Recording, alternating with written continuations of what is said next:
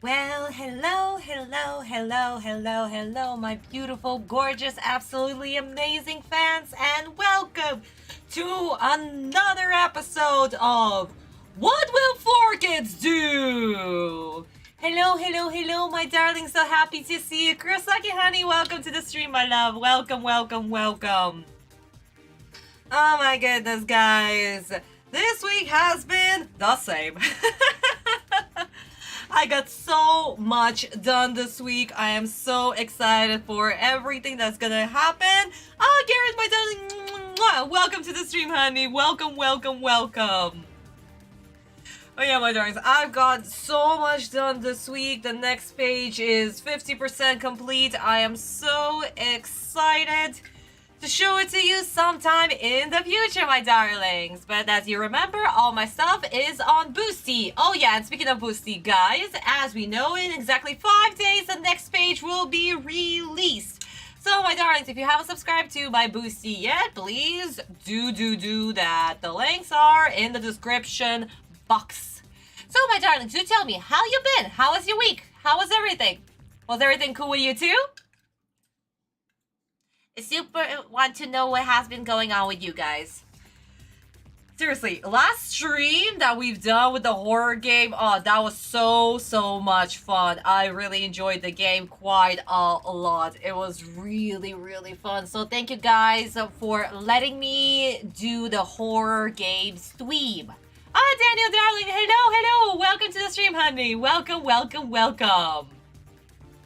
But yeah, my darlings, it was super fun. If you haven't seen the previous stream, go check it out. It was, I don't know, I love horror games. Since I was a very small child, I really enjoyed anything related to horror. My sister, she would always watch horror movies, and she would get too scared during the movie. So what did she do? She would just hide behind the pillow and basically tell me that, you watch and then you'll tell me what happened, okay? That's what she did. So yeah, I've been watching horror since I was a kid, basically, and played too many horror games. Really, Dad, it has been a dullmare for you, huh? How so, my darling? How so? Do tell me. Well, we are catching up at the beginning of the stream.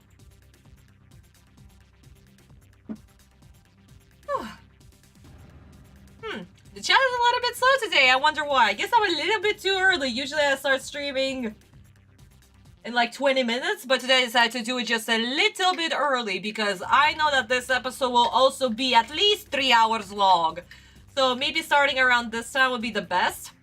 I don't know. Plus, again, my UK streamer, well, UK watchers, it's already nighttime for them. So it is a little bit better if I just start a little bit early. Oh, Daniel, honey, it has been cold. No way.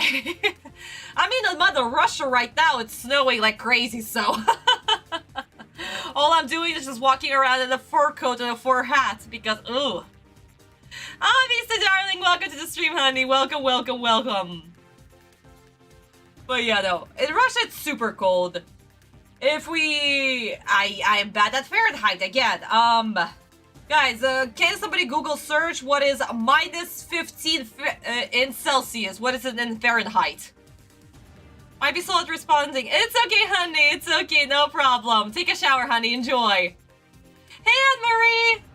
Welcome to the stream, honey. Yeah, it's been raining, huh? Seriously, guys, you guys are so lucky to only have the rain. We have the snow, so.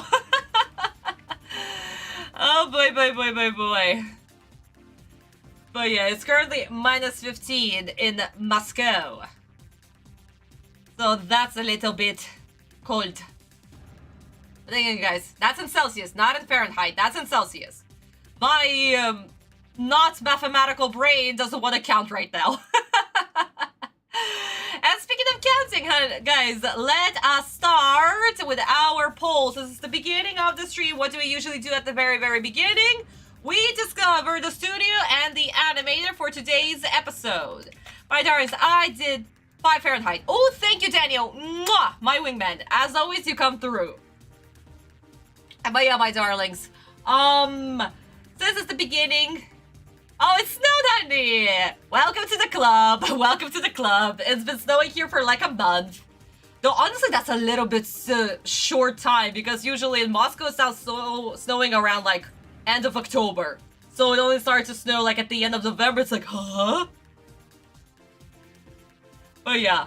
Okay, darling. So today we're doing episode 50 done by which studio? So let us vote. We have Yumeta, we have Sunshine, we have Gallop, and of course we have Dun Gun. Dun Gun. Let's see. Who is it this time? Who is it today? Which studio? Remember, guys, we're literally at the beginning of the rotation. This is the secondary spot in the rotation. Who takes place number 2? Which studio? Which studio? Which studio, my darlings? Let's see. Oh boy, so far nobody has voted. Are people looking it up? Oh, there we go. Sunshine, Gallop, Dun Gun. Immediately. No love for Yumeta. I mean, Yumeta is at the end of the rotation, so that should be literally your last pick. This is the beginning of the rotation, so. Is my internet slow a little bit today, I wonder? Because, guys, your responses are coming through a little bit too slow. Not to mention, even the voting thing hasn't loaded in my chat. Huh. Gee, I wonder. So, my darlings, which studio is it? Cast your votes. I did give you a hint that it's definitely not Yumeta, but who is it? Sunshine, Gallop, or Dun Gun? Secondary spot, the secondary spot. Who is it? Who is it? Who is it? So far, it's a tie, my darlings. So far, it's a tie.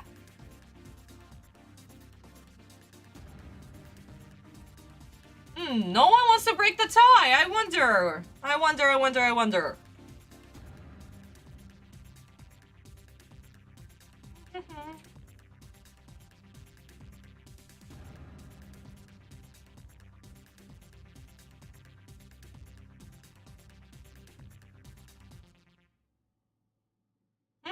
No one is breaking the tie.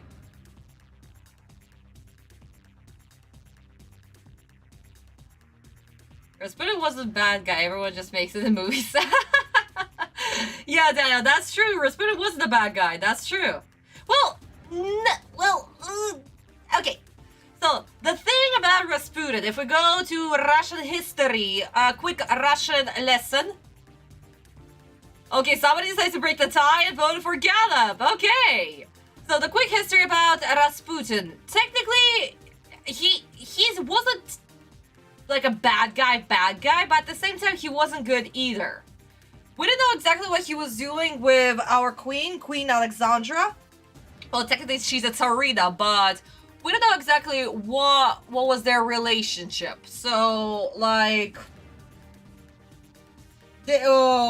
was she actually promiscuous? No idea. Did they do anything? But was Rasputin a little bit too close to the royal family? Oh yeah, a little bit too close. And because Nicholas II literally was not the best Tsar ever, that's literally written in our books, in our history books. We're like, yeah, no, this guy sucked. But yeah, he listened too much to other people's opinions. So, But yes, he wasn't a wizard like it was shown in Don Bluth's movie Anastasia. Definitely a huge no. Okay, my darlings, I give you about 5 more seconds to finish the poll. GX getting remastered is a surprise. I mean, it's not technically a remaster, guys. They're just upping the quality of the series, basically. Cleaning up some frames here and there and just doing some effects to make it just a little bit more lighter, brightness and contrasting. But yeah. Dweeza, darling, hello. Don't forget to vote. I'm about to end the vote in exactly 5 seconds. So, 5, 4, 3, 2, and 1. Okay, my darling. So far, only one person has got it right. Gallup is not the studio. No, my darlings. There should be the next ones. But it's not Sunshine either, because Sunshine literally did the first episode. Well, the first episode in the rotation, which was the previous episode. So that leaves us with Done Gone. Today's episode is done by the studio Done Gone. Now, my darlings, you were very, very close. We got our vote for Done Gone. Congratulations, my darling. You know your studios. And speaking of studios, which animator has done episode 50? So, animator. I'm gonna read the chat, guys, in just a second. Just give me a moment. So, let's see. We have Tsunaki Aki-sensei. We have Sugimoto-sensei. We have Hiroyama-sensei. And we have Maruyama-sensei. So, who is correct this time? Remember, my darlings, in Studio Done Gone, we only have one animator who's technically working for them. Well, from their studio, basically. So, all the animators that I've listed are from all different 4 studios.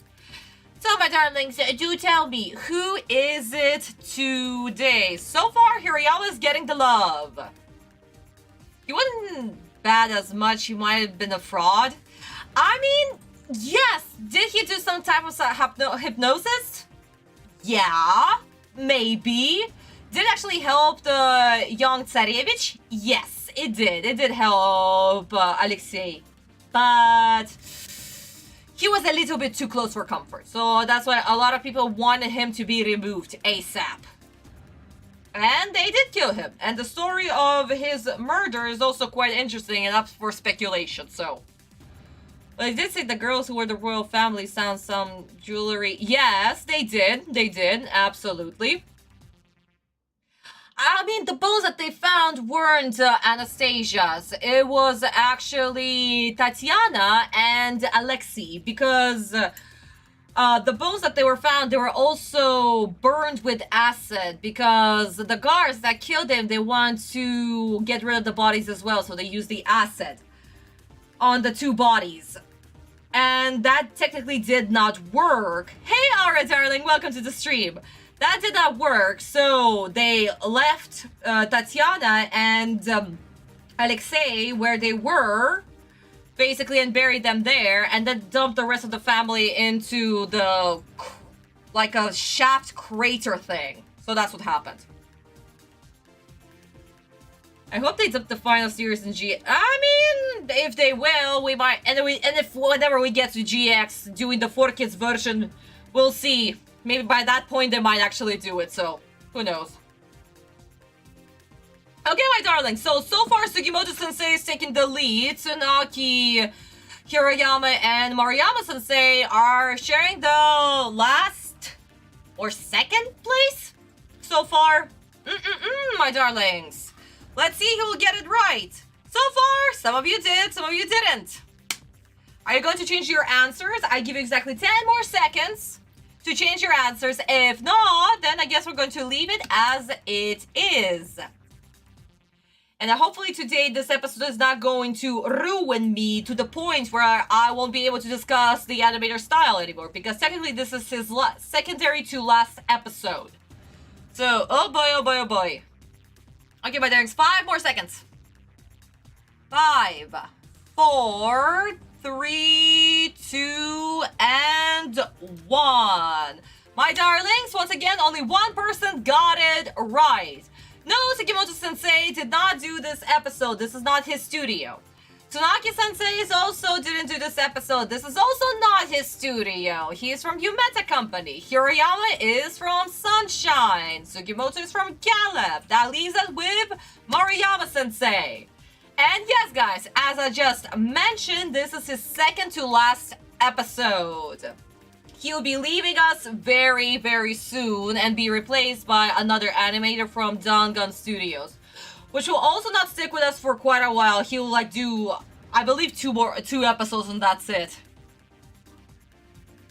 I'm doing good, Aura. Thank you for asking. Doing awesome. I already talked about it at the beginning of the stream. It's a shame that we're not sent to I mean, they were sent to exile, but there was a chance that they might come back and take the throne, and Lenin was not going to take that chance. He got the power through blood, so he's going to do whatever it takes to maintain the power. You know, it is how it is. Human humanity, human greed. Oh, Danny, you're the one who got it right. Congratulations, darling. Excellent. Excellent.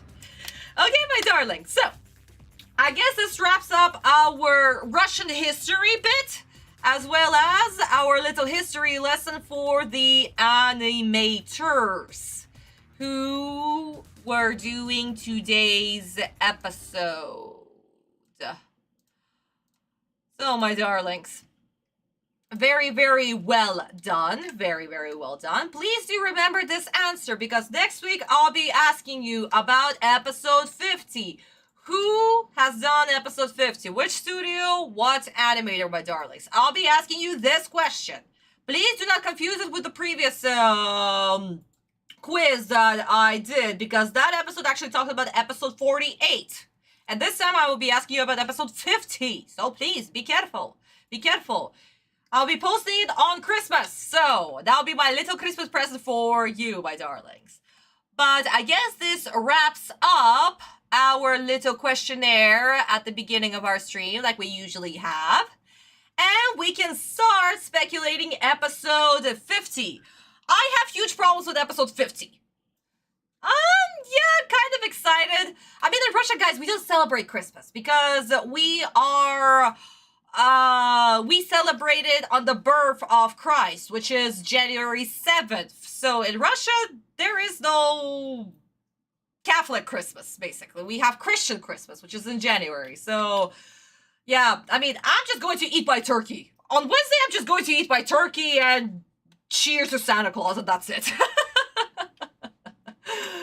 But yeah, basically what we celebrate, like the big celebration, is going to be on New Year's, because Russian New Year's is exactly like American Christmas, with the tree and the presents and drinking and more Russian traditions. So yeah, that one I'm excited for, because whew, too many people are coming over to my house to celebrate New Year's. Oh, Merry Christmas, Andy! Merry Christmas! Welcome to the stream. Okay, my darlings, so let's start. Today we are doing episode 50, done by the amazing Moriyama-sensei that very, very soon we're going to say goodbye to. Hopefully today we're going to speculate about his character designs, his animation style, if I won't be too freaking tired, because who knows? I have huge problems with this episode because in the manga, it's so much different. And yes, we'll be talking about the manga, because of course. But yeah. Daniel, prepare your manga and tell me the issues, because I need to open these. So, my darlings, let us enjoy episode 50. That's first. Second, my darlings, I already did something for our bingo card.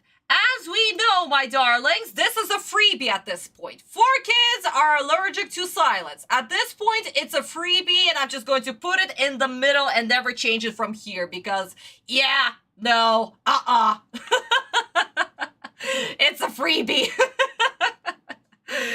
So yeah, it's just 4 kids are allergic to silence is going to stay in the middle forever now. I'm just going to change everything around it. But so far we have monster sound effects, because of course we're gonna have them. Yugi saves the day in Autumn's head. Probably we're not going to have, because Yugi doesn't switch with Autumn here.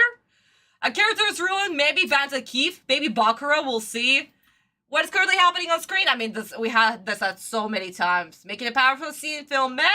I mean, there is a scene that they might actually do this. Who knows? 4 kids plot always happens. Yugi comes out with the plot. Yes, he will. Removing all violence. Probably because Bandit Keith uses the guns. So probably they're going to remove the violence. Talking without a breather. They always do. At this point, this is also a freebie. Adding cleavage or changing the skirt. I don't know. I don't remember there being any females in there, but whatever. Random explanation probably. 4 kids jokes. Autumn is useless. I mean, technically he's going to be useless in this episode, because like he's not gonna do anything in this episode. He's just going to appear and that's it for like a couple of seconds. Random names of the cards, yeah, that stays in there. Americanization probably might happen. Monster edits, random effects. Yugi saves the day because of course he will. Dialogue changed the original message 100% at this point. This also might also be a freebie. Annoying voices, probably. Oh my god, yeah, that could be a thing because Bandit Keith will be zombified, right? So he might have an annoying voice. Ooh, okay, that's possible. Religious censorship, probably. Random card effects for his dialogue, and Yugi's the villain is also a freebie at this point. So, yes, it's season 2 hype. We're finally entering season 2. Oh my god, yeah, we did. I mean, technically, we did enter season 2 because, what's it called? Otogi's Duel is basically season 2. It's not a filler. So yeah, here we are. Oh, thank you, Daniel. Mwah! Love you so much. Also, can you find me the number of the chapter where Otogi's Duel starts? Because the beginning of this episode is literally going to be the beginning of the Otogi's duel with Yugi, basically. Because of the chain. Yugi attaches the chain. But yeah, can you also find me that, Daniel? Pretty please? But yeah, my darling. So, this is our bingo board so far. I already know which ones are probably gonna be checked, because at this point they're always checked. Like, 4 kids don't know how to chill. But yeah, let's see what's up. Let's see how 4 kids will decide to F me over today, because of course they will. We are starting off with 20 kids out of 20. Guys, Kat is still not here, so somebody needs to do the little countdown of our children that will be sent and sacrificed to the Shadow Realm. So, I guess this is the moment where we can start. Oh my god. I've gone 2 weeks without 4 kids, and I enjoyed every second of it, and here I am again. Okay. Let's go, guys. 3, 2, 1, the court is in session. Let's go.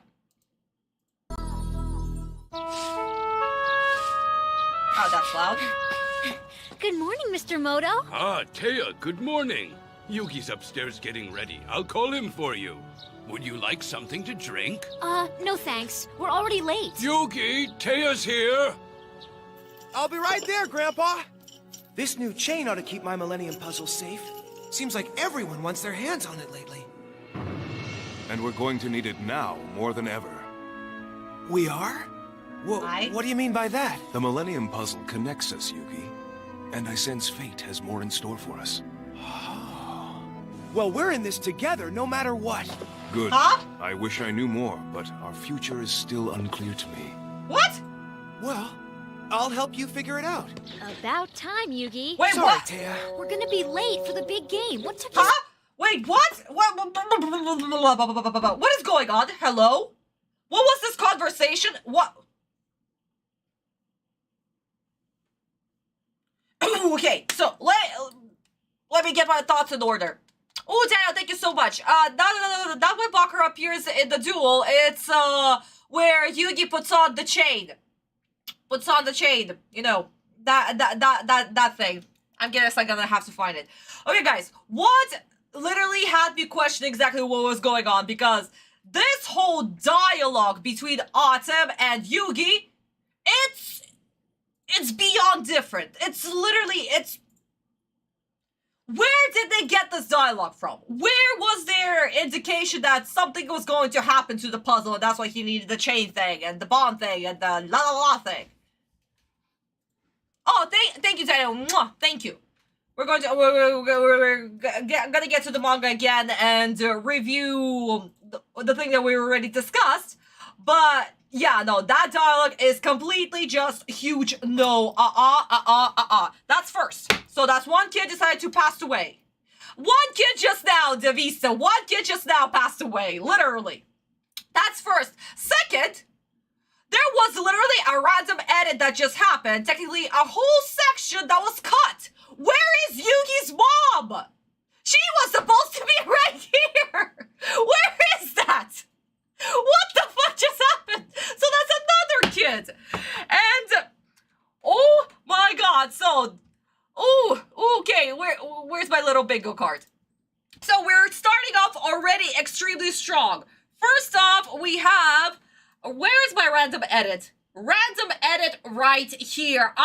Huge no. Yugi's mom just disappeared into thin air. No wonder you guys don't know anything about Yugi's mom. She was supposed to be here.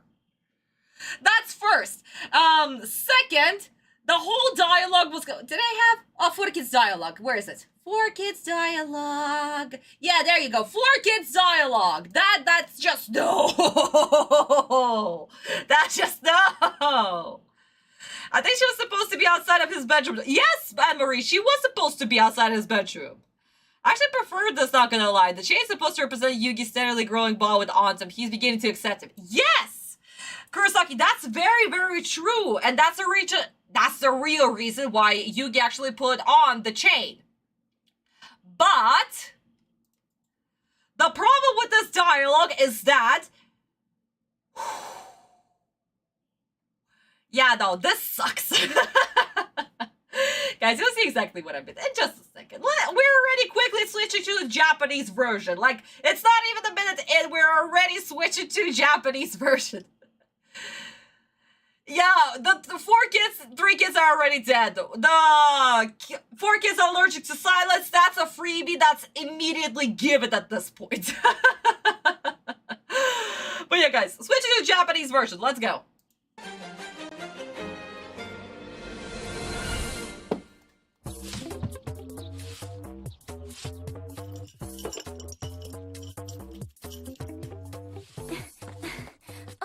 Oji-san. おはよう。いつ見てもナイスなギャルじゃの、アンズちゃんは。何言ってんだか。遊戯は？おい、遊戯、アンズちゃんが来とるぞー。あ、うん、今行きまーす。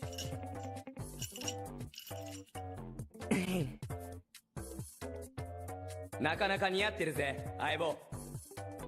そうかな。ちょっと派手じゃない？俺からすればまだ地味すぎるぜ。もっと腕にシルバー巻くとかさ。そんなの僕には似合わないよ。さあ、アンズが待ってるぜ。かっこいいところ見せてやれよ。何言ってんだよ。今、誰かと話してなかった？別に。行ってきまーす。俺の睨んだとこじゃ、アンズはお前に惚れてるぜ。もう、からかわないでよ。遊戯？おはよう、遊戯。Guys, do we see this? This is beyond different. This is the original dialogue that's literally taken from the manga. Not gonna lie. Okay, so if we're doing this scene right here, this is literally before Otogi's duel with Yugi, right? This is where Yugi has a chain basically around him, and this is where they go to school and discover Otogi and other people. Right, so that's how it is in the manga. This is the exact same scene.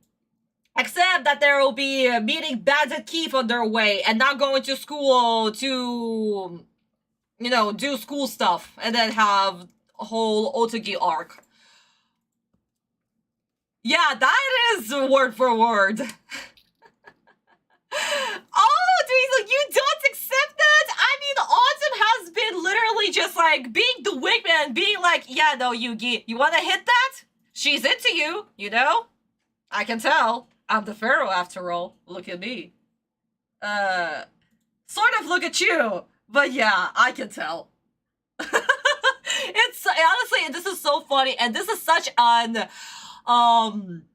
older brother behavior right there. Like, oh my god. I don't know. I just love it. It's super fun.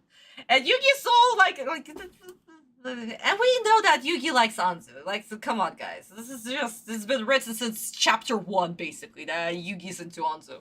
But, oh boy.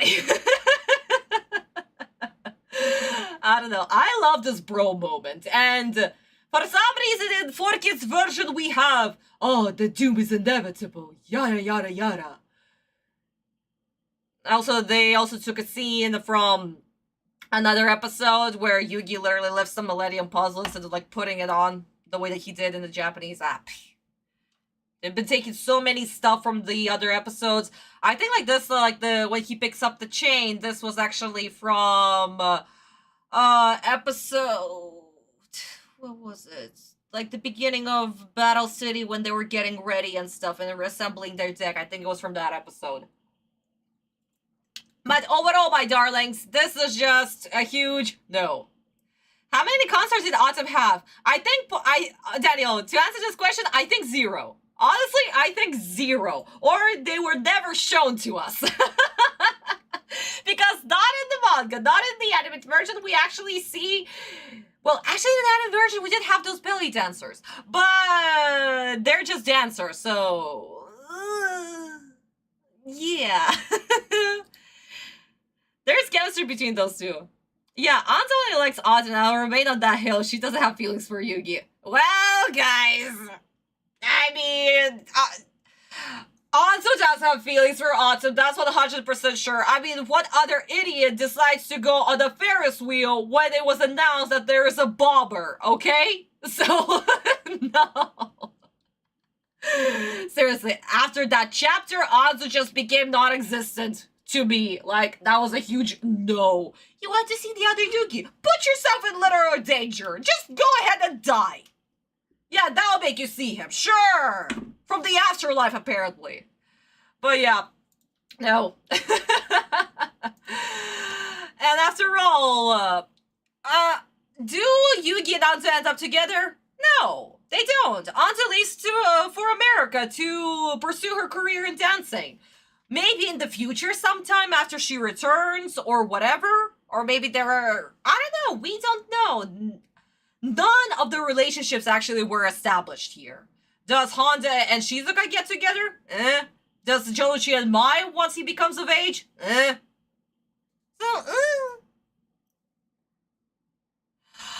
Autumn could have had his eyes on Mana, that's for sure. But guys, and that's another theory that I fucking hate about Mana, because oh my god, I ship Autumn and Mana so freaking much. Oh, she's such a cool character. Problem with Mana is that she could not be a part of Autumn's harem because she is a free woman. And if she is a free woman, she will not be reduced to a mere concubine or a consort. So unless Autumn legally marries her, but then she will also be one of the lesser wives. So yeah. There is a huge problem with Mana, that there is a huge chance that they could not be together in the end. And I really ship them. Like, ooh, come on. But yeah, no. So there was that little problem right there. With the, if we talk about ancient Egyptian traditions. If we completely disregard them and don't think about them, then yeah, sure, they end up together. Cheers. Okay, my darlings, let's continue. So long. I was talking to the spirit of the Millennium Puzzle. He seems kind of worried. About what? About the future, I think. He said something about our destiny being unclear. Ever since we defeated Pegasus together, the spirit's been talking about fate. Like there's something more he has to do. When you think about it, he doesn't really know that much about himself. Like where he came from, why he's here. But I'm babbling and we're late. Huh? We should go. All right, the soccer game. We definitely don't want to miss it. See you, Bye, Mr. Moto. Grandpa. We'll see you later. Enjoy yourselves, you two. If the game ends early, feel free to come back and help me sweep. So, who do you think's gonna win? Win? Win what? Earth to Yugi, the soccer game at school. Oh, I don't know. You don't really care much about sports, do you? Futures told, fates unfold. Step up, boy, and I'll reveal the secrets of your future. Yugi? Huh? Can you really see into the future? Yes. What are you doing, Yugi? Taya, maybe this fortune teller can help me figure out the fate of the spirit inside the puzzle. Okay, but we really don't have that much time. Boy, in order to tell your future, I must hold a personal item. Really? Your necklace will do nicely. My what? No, I'm sorry, I can't. Then I can't tell your fortune. Yeah, but... I need it in order to properly read your aura to see what fate has in store for you. You do want to know, don't you? Your fate?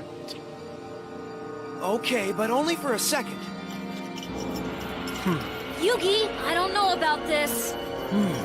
Something's coming to me. I see that this Millennium item now belongs to me. My Millennium Puzzle! Come back here! He's getting away. What do we do? I'll follow him this way. You try to cut him off around the corner. You got it, Yugi. You won't get away with this, you creep! I can't believe I handed him my puzzle. And honestly, Yugi, at this point, you deserve it. I'm so sorry, guys. I really hate this part of the episode because Yugi would never, ever, the manga Yugi, would never, ever, in a million of years, even if somebody broke his neck, would hand him the Millennium Puzzle. So, for Studio Dangan to do this, I mean, they were given the script, so what are we supposed to do? But overall, yeah, no, this is stupid. In the English, it's just as stupid. Actually, I think it's even more stupider. So, first off, I'm going to take... Okay, it's reconnected. Wonderful.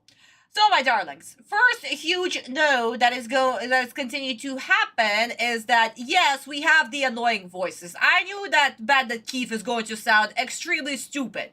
That's again with 4 kids at this point. So, yeah, no, huge no. There we go. So that's one kid that I'm talking about. Secondary kid that I'm talking about, the 4 kids plot. This is literally, we already have 4 kids plot happening. With Yugi, yeah guys, I'm sorry, it's disconnected. My internet is being a little bit stupid today. I'm so sorry. Ah, Jorge, welcome to the stream. Welcome, welcome, welcome.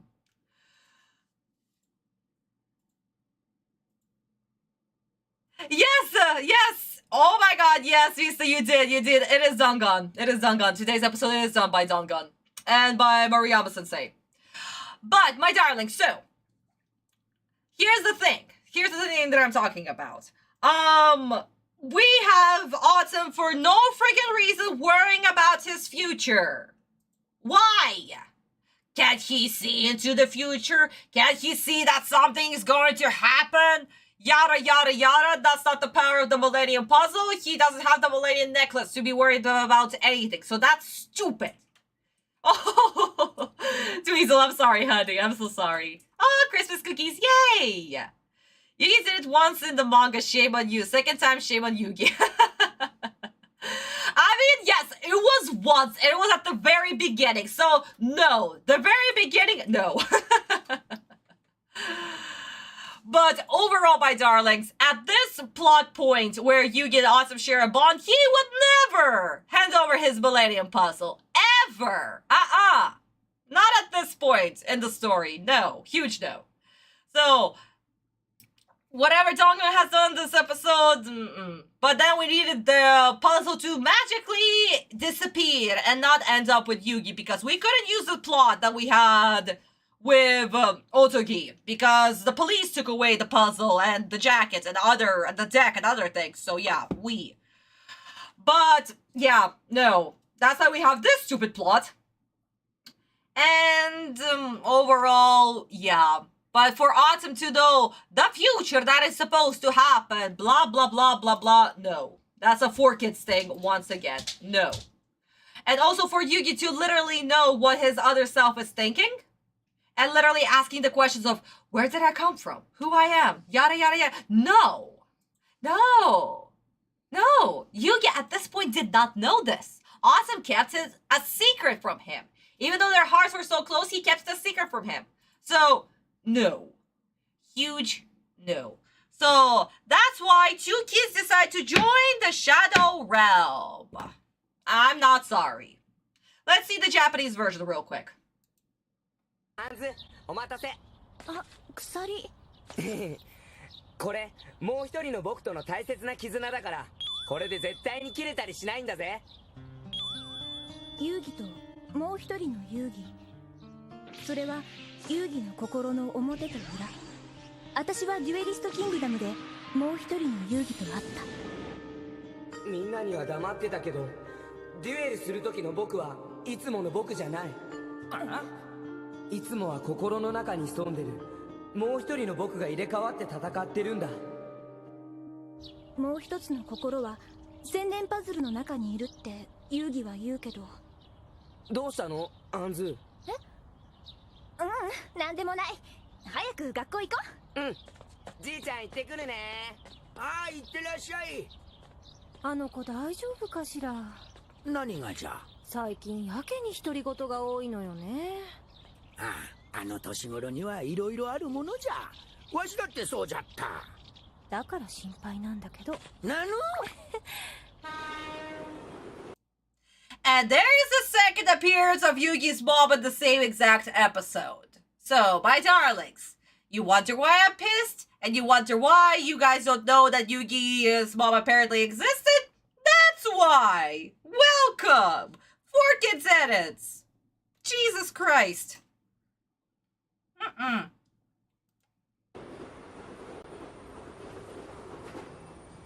ねえ、遊戯、今度の日曜とか暇？なんで？別に用ってわけじゃないんだけど、もし暇だったら、たまにはどっか一緒に遊びに行かない？いいでしょ、遊戯。あ？遊戯？何やってんの？あ、僕のこと占ってくれるんだって。もう子供なんだから。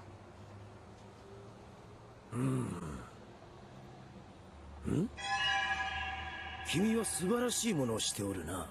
そうそれを見せてもらえないかな？ダメだよ、これは大事なものなんだ。ちょっとだけでいい。でも世界中を回りあらゆる宝物を見てきた私なら、それが何か確かめることができるやもしれぬぞ。さあ、本当にちょっとだけだよ。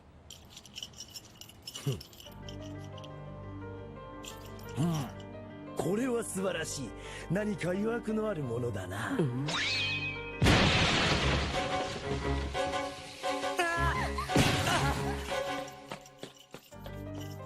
大丈夫、遊戯？アンズ、先に学校行ってて。僕あいつを。みんなも呼んでくる。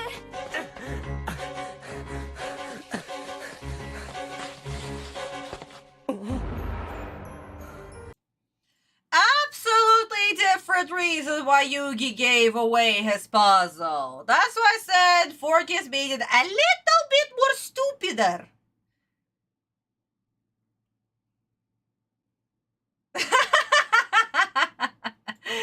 Oh, Kurosaki, I'm so sorry to ruin your ship right now. I'm so sorry. But my darlings, no, Anzo was talking about Yugi. So they too can hang out and do something together because they're friends. Guys, come on. There's nothing going on between these two. Maybe Anzo likes him. Maybe she doesn't like him. So it's fine. It's fine. Friends hang out with each other all the time. Come on. As somebody who has in real life only a male group, yeah, I can tell you guys. But yeah, absolutely different reason why Yugi gave the puzzle away. There were no annoying voices that were happening. Nox, my darling, welcome to the stream. Mwah, my darling, welcome. There were no annoying voices, and even though Yugi is naive as hell, he wasn't as naive as in the 4Kids version. With the whole, ooh, I need you to have a piece of your item so I can read your aura better. Yeah, sure, really, that's how this works. So yeah, that's why we have 4Kids plot with the whole stupidity happening. That's first. Second, annoying voices. So yeah, huge no. Okay, my darlings, let's continue with 4Kids shenanigans. Arrows? That thief wants me to follow him. This must be a trap, but what choice do I have? I can't lose the spirit of the puzzle. I won't! There's no sign of that fortune teller anywhere. I hope Yugi's okay. Yeah, actually, Anzu, your stuff is stupid. Why? Because you are literally running after your friends. And here you're supposed to run around the corner. That's a huge corner, apparently. Okay, Anne-Marie, have a good night, darling. Love you. Happy future Merry Christmas. But yeah, my darlings, a huge no. That's hilarious. It's okay, Kurosaki. It's okay, darling. Well, it is what it is, and the canon shipping is apparently that canon shipping that you do not like. I'm so sorry. But yeah, I don't know. I have huge problems with Anzu. She's such a waste of potential. Why did this happen to her? I mean, she's in Shonen, so of course it's gonna happen. But yeah.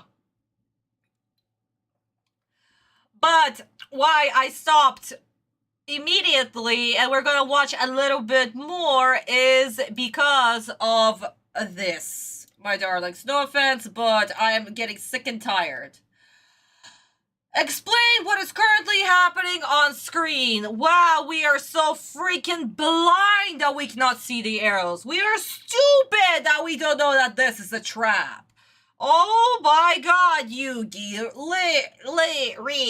Really? This is how this works, uh-huh? Frozen Lawn is on the corner. What big deal? Yeah, that's what I'm saying. Like, it's silly that she's supposed to catch him around the corner. How? This is Japan. I mean, if it was American, then fine, it's possible because the streets are usually, you know, square-ish. But in Japan, that's a maze. It's like in Russia. You have houses, I don't know. On one side, it's all even numbers. 10, 12, 14, 35, 46 right next to it. But if you go around to the other side and into the neighborhood, then you might find the other numbers. So, Japan is no different. A lot of Yu-Gi-Oh! Girls have so much potential that just get erased. Yeah! Aside from Mai and Aki, well, with Aki, there's also a problem because after the whole Signers arc, she didn't have much plot or relevance, so yeah. So, yeah, my darlings, I don't know. You girls are really cool, but at the same time, it's shonen. And shonen is shonen, so there is nothing that we can do. Because some men, well, technically it's not men, it's, shonen really does not want strong female characters. They're supposed to be the supporting cast or the potential love interest. And that's what Shueisha wants. Oh, Anzu was so much stronger in the early manga. Once she got hit by Cupid and wanted to get into Pharaoh's pants, that's when she completely lost her marbles, so... But yeah, my darlings, let's continue with the scene before we get to the duel, and then we'll watch the Japanese version, okay? But yeah, I need to hit that little kid. That kid needs to be sent to the Shadow Realm, because oh my god. Hey, Taya, what's the rush? Oh, Bakura! Someone stole Yugi's Millennium Puzzle! No, where is Yugi? In the alley! We split up to catch the guy! Well, then don't let me detain you. Keep looking and I'll get some help. Right! Thanks, Bakura! No one shall have the Millennium Puzzle but me. I want its power. And I'll track it down with my Millennium Ring. Show me the way. Trace the item's mystical energies, and lead me to the Millennium Puzzle. If I control all the Millennium items, I will control power unimaginable. And I will make certain that nobody stands in my way. Huh? What? Which way, Ring? Ah, yes. Yugi and his Millennium Puzzle are very close. Very close. Sorry, Taya, but I can't have you and your sniveling friends interfering with my destiny. What destiny? Where are you hiding? Shut up, Yugi. First off, what? Wait, but no! That's not Bakura's motivation. That's a huge no. That's beyond a huge no. No, no, no, no, no, no, no, no, no, no, no, no, no, no, no. No, no, no, no, no, no, no. You're not gonna do this to Bakura. A character is ruined immediately. That's a huge no. Bakura's intentions are completely different from this. No! No! No!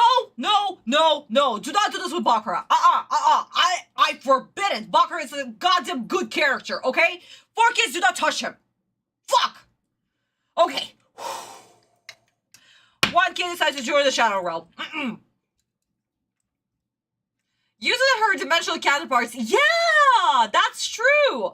I did not finish Arc 5, so I know exactly how it ends because my friend spoiled it to me because I was like, yeah, no, I'm not gonna finish the series. I'm like, no, no, no. Spoil it away, basically. So yeah, they told me exactly what happens at the end, and I was like, oh, we have Shyamalan plot, apparently. But yeah, So they're definitely a waste of potential, that's for sure. The alleys, so helpful. Yeah, there's so many alleys. Sure. Random way. Oh, they are voiced by the same actor. That's cool. I didn't actually hear that they were voiced by the same actor because they sound a little bit too different. Kudos to the voice actor. He's doing an amazing job then. Mark is playing Ringo Rosie. Apparently he is.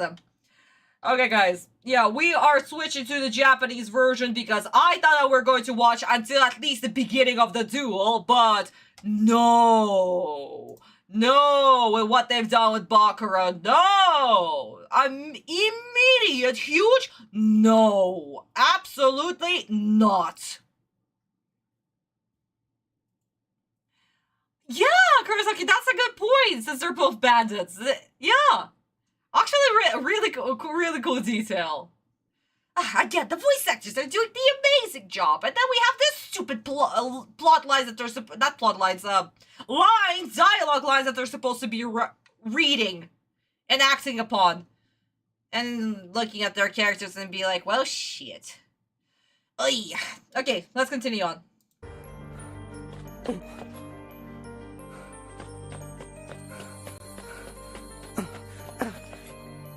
Silence. 僕に来いって目印か。よし。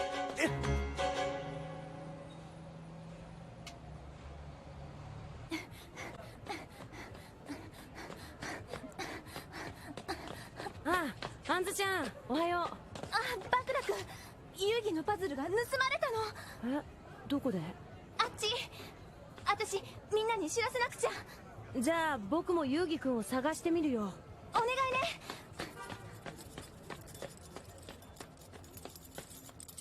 盗まれただと。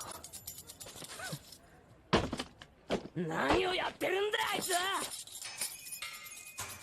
なんだこれは。千年リングに不吉な兆しが。千年アイテムはやがて束ねられる記憶の断片。武藤遊戯にはまだ千年パズルの所有者であってもらわねばならない。奴に危害を加える人間は俺の敵とみなす。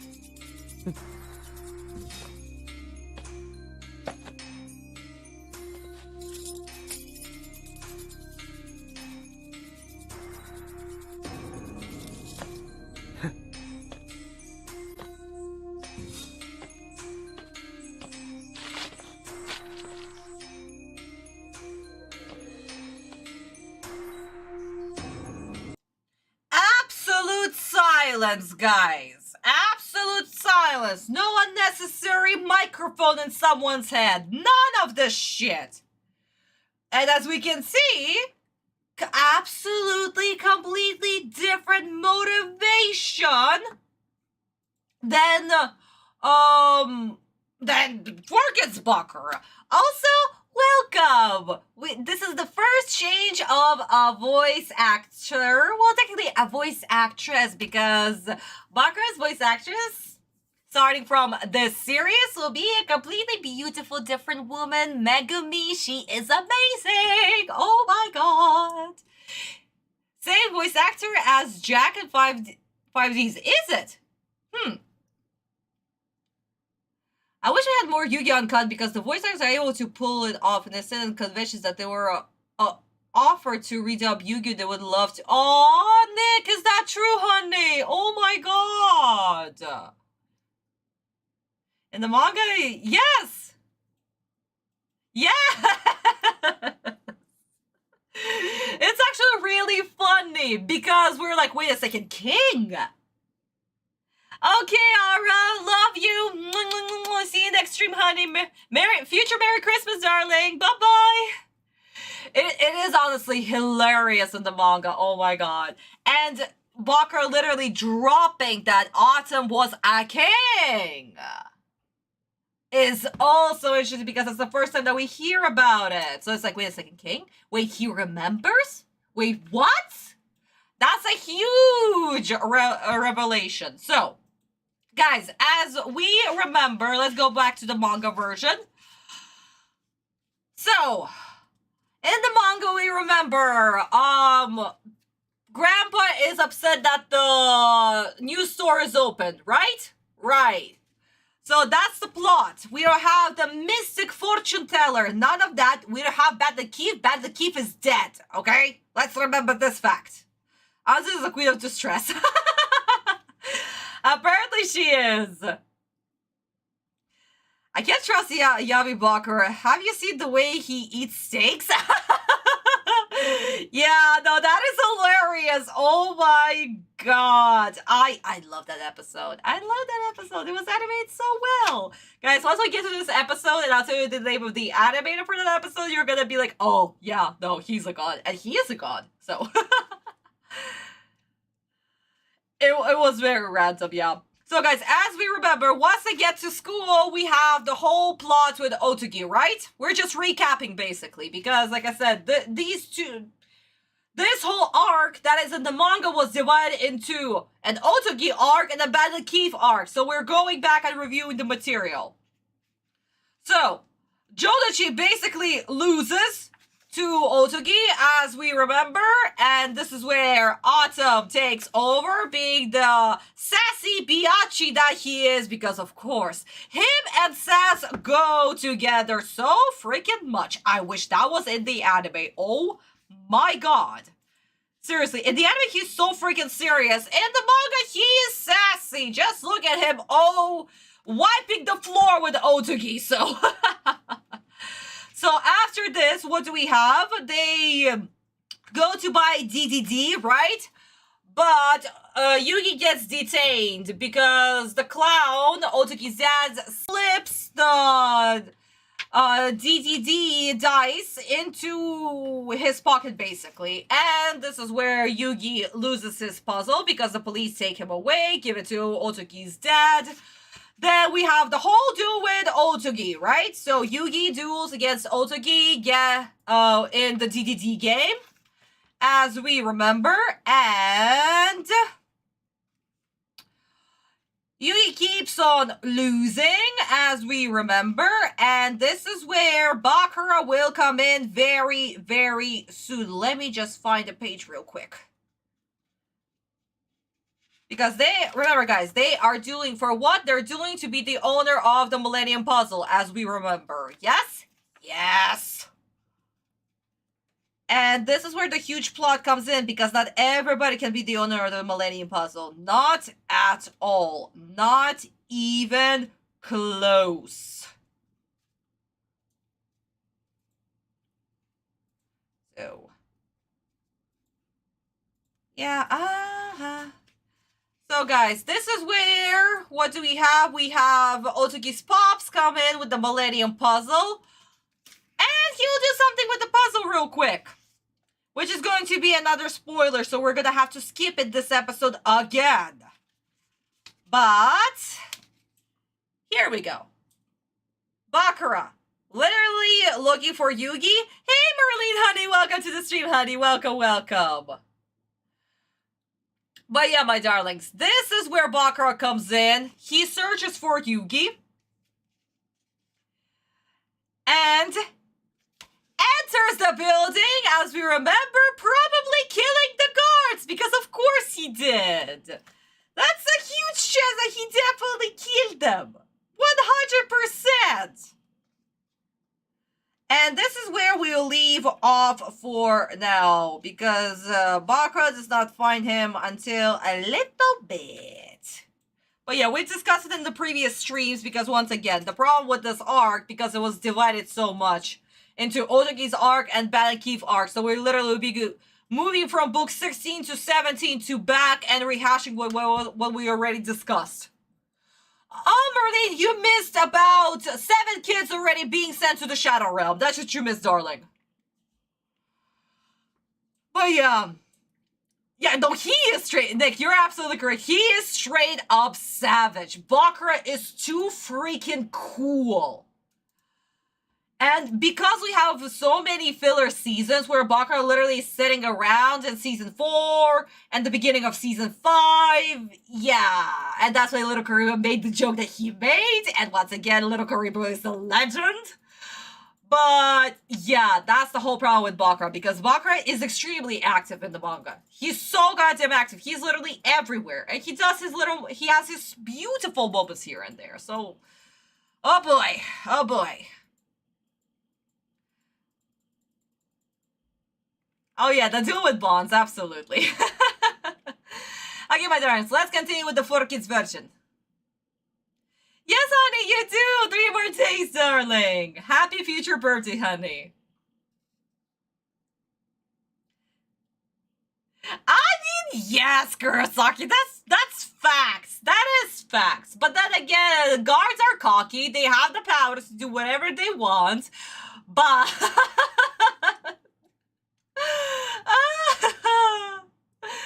yeah, no, they did not see it coming. Especially from a 16-year-old boy, so... Hiding! Whoever that... Where are you hiding? Okay. Whoever that guy was, he's leading me like a rat through a maze. But why would a thief want his victim to follow him? What's he really after? The last arrow. How'd you know it's the last arrow? My Millennium Puzzle is here. Even though we're apart, I can sense it. Huh? But I don't see it. I know you're in here! Congratulations, little Yugi. You found me. Or should I say, I found you. And the Millennium Puzzle. Give it back to me. It's not going to be that easy for you. If you want your puzzle back, you'll have to fight me for it. That's right, Yugi. You and I are going to duel. And the winner gets to keep your Millennium item. A dueling arena? Are you up to the challenge, Yugi? I've been waiting for you a long time. Who are you? And what do you want with my Millennium Puzzle? I desire the power your item contains within. But according to the rules of its ancient magic, I have to win it from you in a duel. As for who I am, let's just say that I'm the one who shall control your destiny as I have controlled others, and that I am not unfamiliar with the power of a Millennium item. Indeed, I understand more about the hidden mysteries than you will ever know.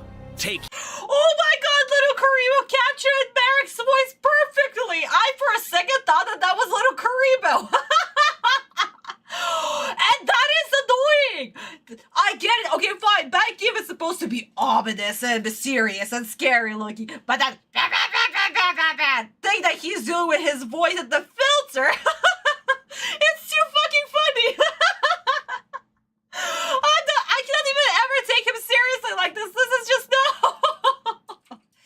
Congratulations, Yugi boy. You have finally been able to find me in this little shed that I've made sure that you would go to. But first, we need to have a duel. A duel where you will win your Millennium Puzzle. Even though I've already stolen from you, but here you go. Yeah, enjoy. It's also going to be on your side. Ha ha ha ha ha. Oh my god, that is hilarious. But yeah, guys, again, this plot is stupid. Once again, we have the stupid plot that was done by the studio because they needed to somehow incorporate it, right? Right, they did. But, no.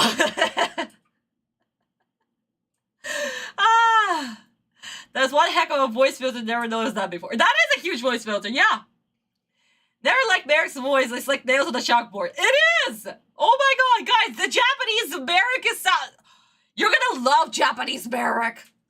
If this is what you had, and you had to listen to him, and with his whatever noise, whatever that he was doing, and talking like this, yeah. Yeah, no.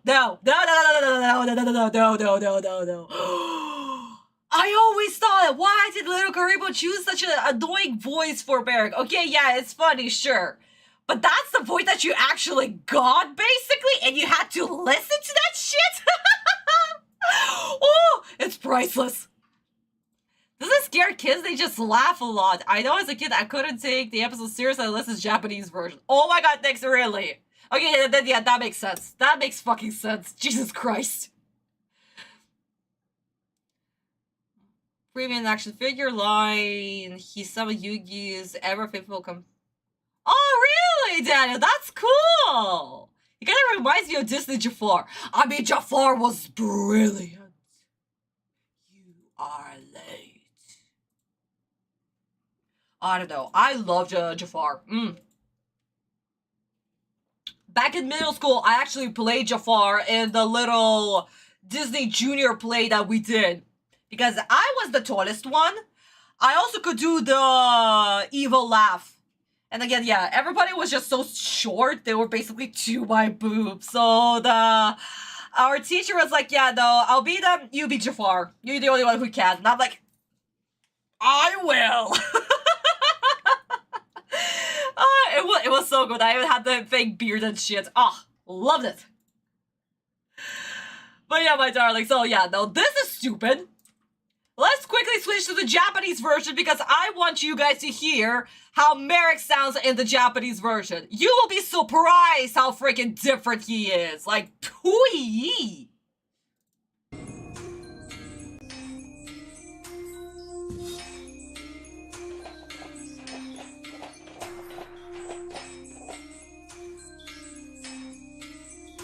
Silence.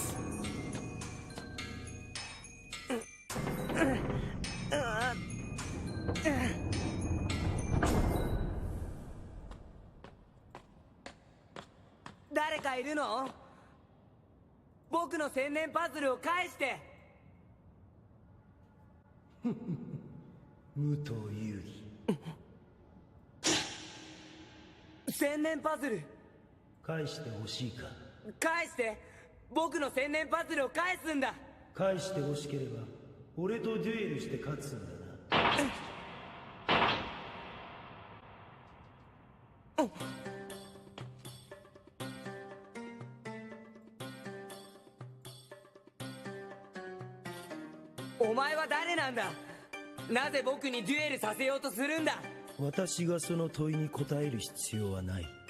お前の選択は2つに1つ。デュエルを受けるか受けないかだ。あれが武藤遊戯。ペガサスを倒し、デュエリストキングダムで優勝した者には到底見えないが、その力は千年パズルに秘められたもう一人の遊戯のものなのか。千年パズルの中にいる何者かを追い詰め、もう一人の遊戯の正体を探り出すことこそ俺の目的。もし奴が俺の思っている人物なら。どうしてもデュエルをしなきゃ千年パズルは返してもらえないんだね。Well, my darlings, what do you think about Merrick and his voice? It's so different, and he actually sounds threatening. Oh my god. Oh, Nick, thank you, honey. Thank you. Yeah, I'm 5.7 plus heals, so. They've done Blue Eyes White Dragon, Red Eyes Dragon, Red Eyes Black Dragon, and Elemental Hero Wingman. Oh, that's so cool, Daniel. Oh my god. Spooky evil voice, so smooth. Sexy Merrick voice. Yes! He sounds so good. Like, honestly, he is so freaking threatening. Oh my god. We don't even know anything about this guy. Japanese version sounds so sinister. Yes! And again, Bandit Keith is only saying basically what Merrick is telling him. But Merrick can also use the power to have a completely different conversation with somebody else next to him. You know? So, Bandit Keith does not repeat everything that Merrick is saying. And that's the cool thing. But of course, in the 4Kids version, we are already ruining the whole plot of the Millennium Rod. So there you go. The voice is not so... Yes! Oh, guys, once we get to Yummy no Merrick. Oh. As compared to the whiny teenager. Yes, Dweezil, exactly! Japanese voice acting is always so spot. Yes. Of course. It is. It is, guys. Again, my darlings. Maybe Japanese actors are not the best when it comes to acting because there has to be a lot of emoting. But because Japan had a lot of puppet theaters and other things, they used their voice more than actually acting. When they did act, they actually had masks on. So that's why they don't need to emote, but they needed to emote with their voice. Which is why Japanese voice acting is, for generations and generations and generations, is so goddamn chef's kiss. Absolute chef's kiss. So, my darlings, yeah, that's the Japanese version. Merrick is actually extremely sounding really, really good. 4Kids version is, well, actually, no, thank you, 4Kids version, for giving Little Karibo material to work on. And that's why we have the abridged Merrick, which sounds freaking hilarious. And exactly how we want him to sound. Oh my god. So actually, no, 4Kids, thank you. And also, yes, for annoying voices, you did send a kid to the Shadow Realm. So, my darlings, I'm going to take away a kid for this scene. It's not on the bingo card. I'm just doing that for myself and for the disaster that this scene was. Because instead of being introduced to a very, very interesting and honestly scary villain with some very scary intentions, I don't know what 4Kids has done, but Merrick is out there to actually kill Yugi, Autumn, and everybody who gets in his way. I don't know what 4Kids did. If 4Kids has done exactly what Little Karibo has been saying, that he's going to torture him a little. You know, a little bit. If it's going to be that, then yeah, no, Merrick is ruined for me, and that's yep, no. So I'm taking away a kid for how Merrick is not Merrick and how the scene is not terrifying. And then we don't see any consequences. And we don't see the stakes in this duel. None of it. The beginning was just flat on its face, basically. That's first. And second, guys, a little trivia moment. How was Merrick created? Does anybody know? Why did Sensei create Merrick? And how it came to be? I really want to know before I tell you the story that Sensei told in his interview. You give 4Kids to the curb and the heels because they take forever to learn their lessons. Nick, that's true. That's exactly what they do. So yeah, my darlings, do you know how and why Merrick was created? Any idea? Because that interview is in English, you can actually find it. You can actually find it, my darlings. And it's also, he has written it in the books right here. On the side, Sensei, in every Takabon, he always leaves a note right here. So, maybe in the English version, they have the translated note. Any ideas, my darlings? The chat is silent. So, no idea how Merrick was created and why he was created? No? Oh my goodness, my darlings, no! The story is so good! It's actually hilarious. And this happens all the time with mangaka, I swear. Okay, so I guess it is no idea, huh? Okay, so the story about Merrick's creation is... I put a link in the community. Ooh, Daniel, thank you so much. Thank you. No clue. Okay, guys, so no clue it is. My darling, so Sensei literally created Merrick because if I can find it in my Takabon, let me grab a second. Yes, it's right here, my darlings. So, how Merrick was created was because his editors and publishers from Shueisha would contact him all day, every day, no matter the time, no matter when, how, or why, they would always contact him like crazy. And he hated it. He wanted to turn off his phone, but he couldn't because that's an editor. He has to answer his call. So basically, he had an editor who was literally talking to his brain all day, all the time, every day. And that's how Merrick was born. He imagined if a character would literally be able to enter your mind and control you. That's the story. And it's hilarious because every mangaka experienced this, and every mangaka wants to turn off their goddamn phones and forget that editors and deadlines exist. But editors be editors. You don't answer your phone, they're just going to come into your house and be like, okay, where's the thing? So yeah, my darlings, that's how Merrick was created. If a phone was literally stuck in your head and was controlling you. Yes! Yes, darlings, that's the reason. And that's why we love fucking Merrick, because Sensei honestly hated him. I mean, the editor was doing his job. They're like, what else he was supposed to do? But it is so goddamn funny. That's the reason why Merrick was born. And that's why we literally have a person with a Millennium item that can control people and basically control their movements and their minds and other things. And they talk in their head non-stop. That's like having an annoying family member that won't stop bothering you, but you deal with them because you're a family too. Pretty much.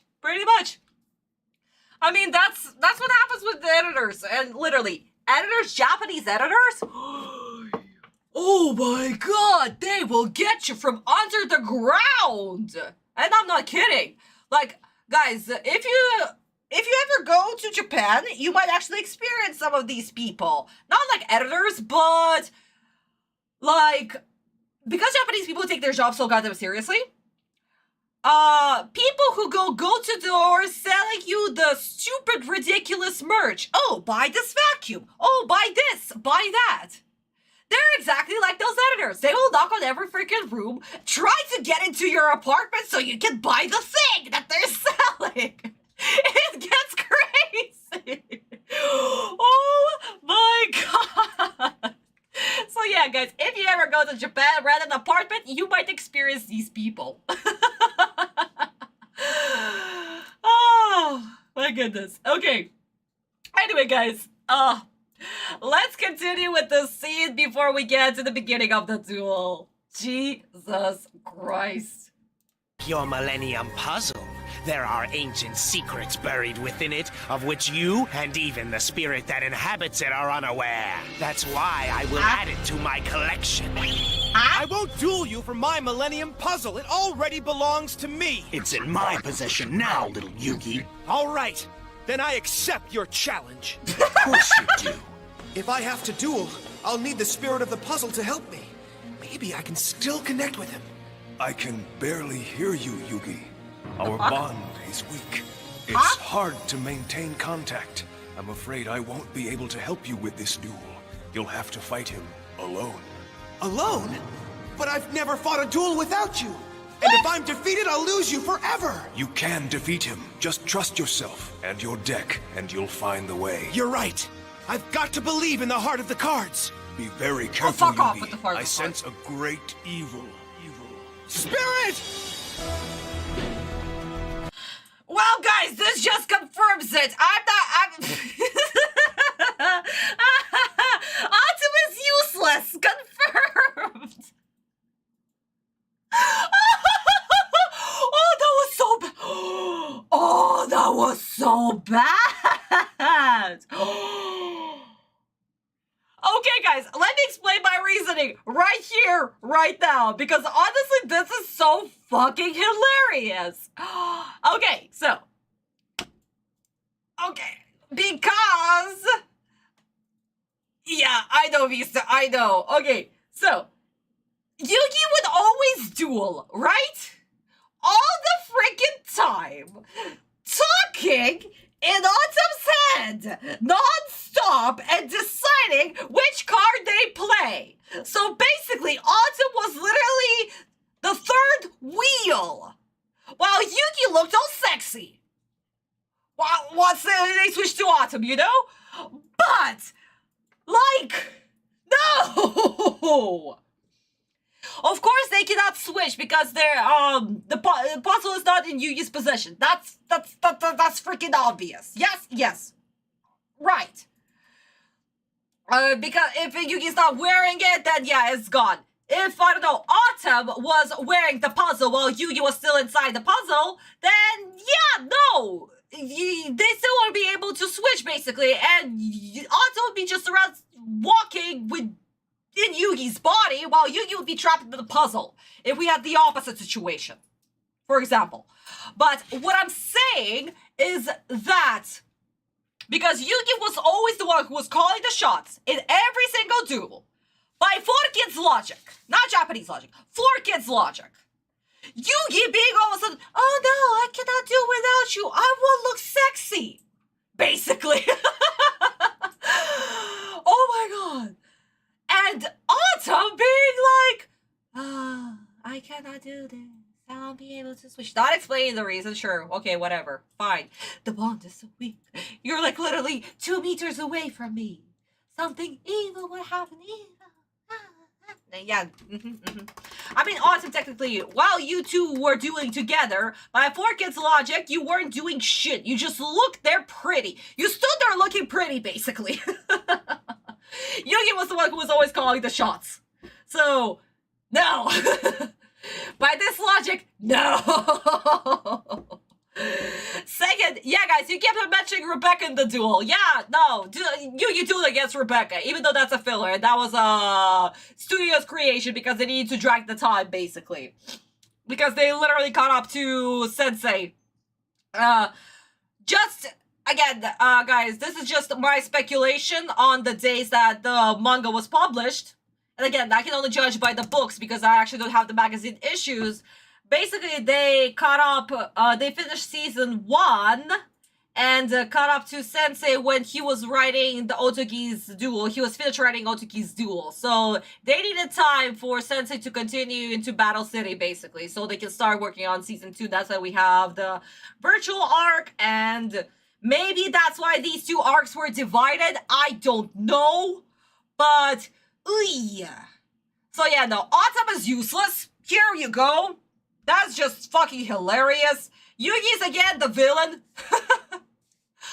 Oh my god, Yugi's the villain. I swear to god. That's too early to actually do this box, but yeah, no. Yugi is the villain. I also want to put in this one right here. Dialogue that ruins the original message, because in the Japanese version, that's not why Autumn did not come out. There was something else. And also because, yeah, no, they literally could not switch. Yugi was not wearing the Millennium Puzzle on his neck. So, huge no. Oh, damn, thank you so much. I'll approve those links once I'll finish the stream, okay? Yeah, that duel against Rebecca was a filler. Yep. 4Kids should have dubbed regular cartoons and not anime. They confused so many children who grew up later finding out the anime is Yes! Yes! Nick, exactly. Exactly. Oh, my goodness. So yeah, one kid decided to join the Shadow Realm. For now, I'm almost ready to tick this box right here because no. Just no. Oh yeah. You don't like Rebecca. Aw, Marlene, I'm sorry, honey. But yeah, guys, let's switch to the Japanese version real quick. You'll see exactly what, let me just remove the bingo card. You'll see exactly, guys, what I mean about the reason why Autumn did not come out. And again, the technicality of it was because they could not change places while Yugi was not wearing the ring. The Millennium Puzzle, not the ring. And another thing that I found actually hilarious, Yugi's like, I will not duel you for my Millennium Puzzle, but I have your puzzle. Yugi, okay, I will duel you then. That was so hilarious. I'm sorry, guys. I literally laughed out loud. It wasn't a 4Kids joke. It was once again 4Kids dialogue, but Jesus Christ. That was fucking hilarious. Without 4Kids, I never would have watched any anime. Yeah, that's the problem, guys. Because without 4Kids, you couldn't have your childhood. So at the same time, we're grateful to 4Kids, but also 4Kids go burn in Shadow Realm. Jesus Christ. どうする？わかった。だから約束は守って。Let me just go back just a tiny little bit. どうしてもデュエルをしなきゃ千年パズルは返してもらえないんだね。どうする？わかった。だから約束は守って。ああ。もう一人の僕、聞こえる？遊戯。よかった。この位置でも君を呼び出すことはできるね。ダメだ。このデュエルはお前一人で戦うんだ。え？どうして？不吉な気配がするんだ。何者かが俺の正体をじっと見つめているような。じゃあいつもみたいに力を貸してもらえないんだね。ああ、分かった。僕君のために戦うよ。そして必ず千年パズルを取り返す。頼んだぜ、相棒。And that's the first time he called him his partner! Ah! Fangirl moment! Cat Honey, welcome to the stream, honey. Welcome, welcome, welcome. I mean, Yugi wearing the Millennium Ring, that would have been hilarious, but no. This did not happen. Has a boomerang ability, but the puzzle doesn't. Nope. Nope, it doesn't. Oh, I see, honey. Get warm, honey. Get warm. Don't worry, you're gonna get heated very soon. You're gonna get heated with anger. Because that's where I am right now. So, my darlings. Yugi is able to talk to Autumn from the distance, right? Right. In the manga, no, this did not happen. This was once again studio shenanigans. Absolutely a huge no. If Yugi's not wearing the puzzle, they cannot even communicate with each other. So, this is the studio shenanigans that I absolutely despise. Another reason why I have huge problems with episode 50. Because they do random shit in this episode. Second, Yugi is active character. He is not doing the whole... Okay, honey, no problem, no problem. Cat, go ahead, honey. Keep the count for the kids. But, okay, so my darlings. Yugi is like, okay, so in order for me to get the Millennium Puzzle, I need to duel you. I'm gonna do it. That's Yugi making the decision. Not the whole... So, are you going to do or not? I am not going to do because that puzzle belongs to me. But I have it now. Okay, I'm going to duel you now. None of this shit actually happened. So, Fork is just a cigarette away. Oh, that's true, Nick. That's true. Oh my god. But yeah, Autumn also is like, okay, there's something wrong with this duel. I'm just going to be in the background for just a little bit for now. Is it on December 23rd? Oh, I see, Merlin. That's cool. But yeah, Autumn is also active. He is making the decision. Yugi, who this is the first time that he'll be dueling without Autumn, basically. Not technically the first time, but the first time in a very serious duel. Again, Yugi in the Japanese version, he's lacking the confidence. So that's the thing. So, of course, without Autumn, Yugi is afraid, but he's still going to do it because this is for the bond that they share. This is them basically together. But what I'm saying is that Yugi, despite the circumstances, he's still going to do it. So this is we're following the manga plot right here that Yugi, in order to get the Millennium Puzzle back, he will need to fight and he will need to win. That's an active decision. That's an active character. That's not a character that was thrown into a circumstance. Okay, 4Kids? Stop it with passive characters. You need active characters, okay? Plot does not happen to the characters. They make the plot happen. Thank you. And again, Autumn is not being useless. He's just watching from behind the scenes, basically. So, we are almost caught up in the manga version, basically. Almost. Very, very almost. Because in the manga, as we remember, he's dueling with Otogi. Bakura comes in, And yeah, we have the bond that is being shared. That's all. I cannot reference the manga a little bit too much right now because once again, this is a random dude that was written by the studio. So, ooh. Yeah, honey, I know. 4Kids lie to your face. And that's not fair. But 4Kids is 4Kids. They create random plots. Oy. So, let's continue enjoying 4Kids. I'm gonna kill them. I swear to God.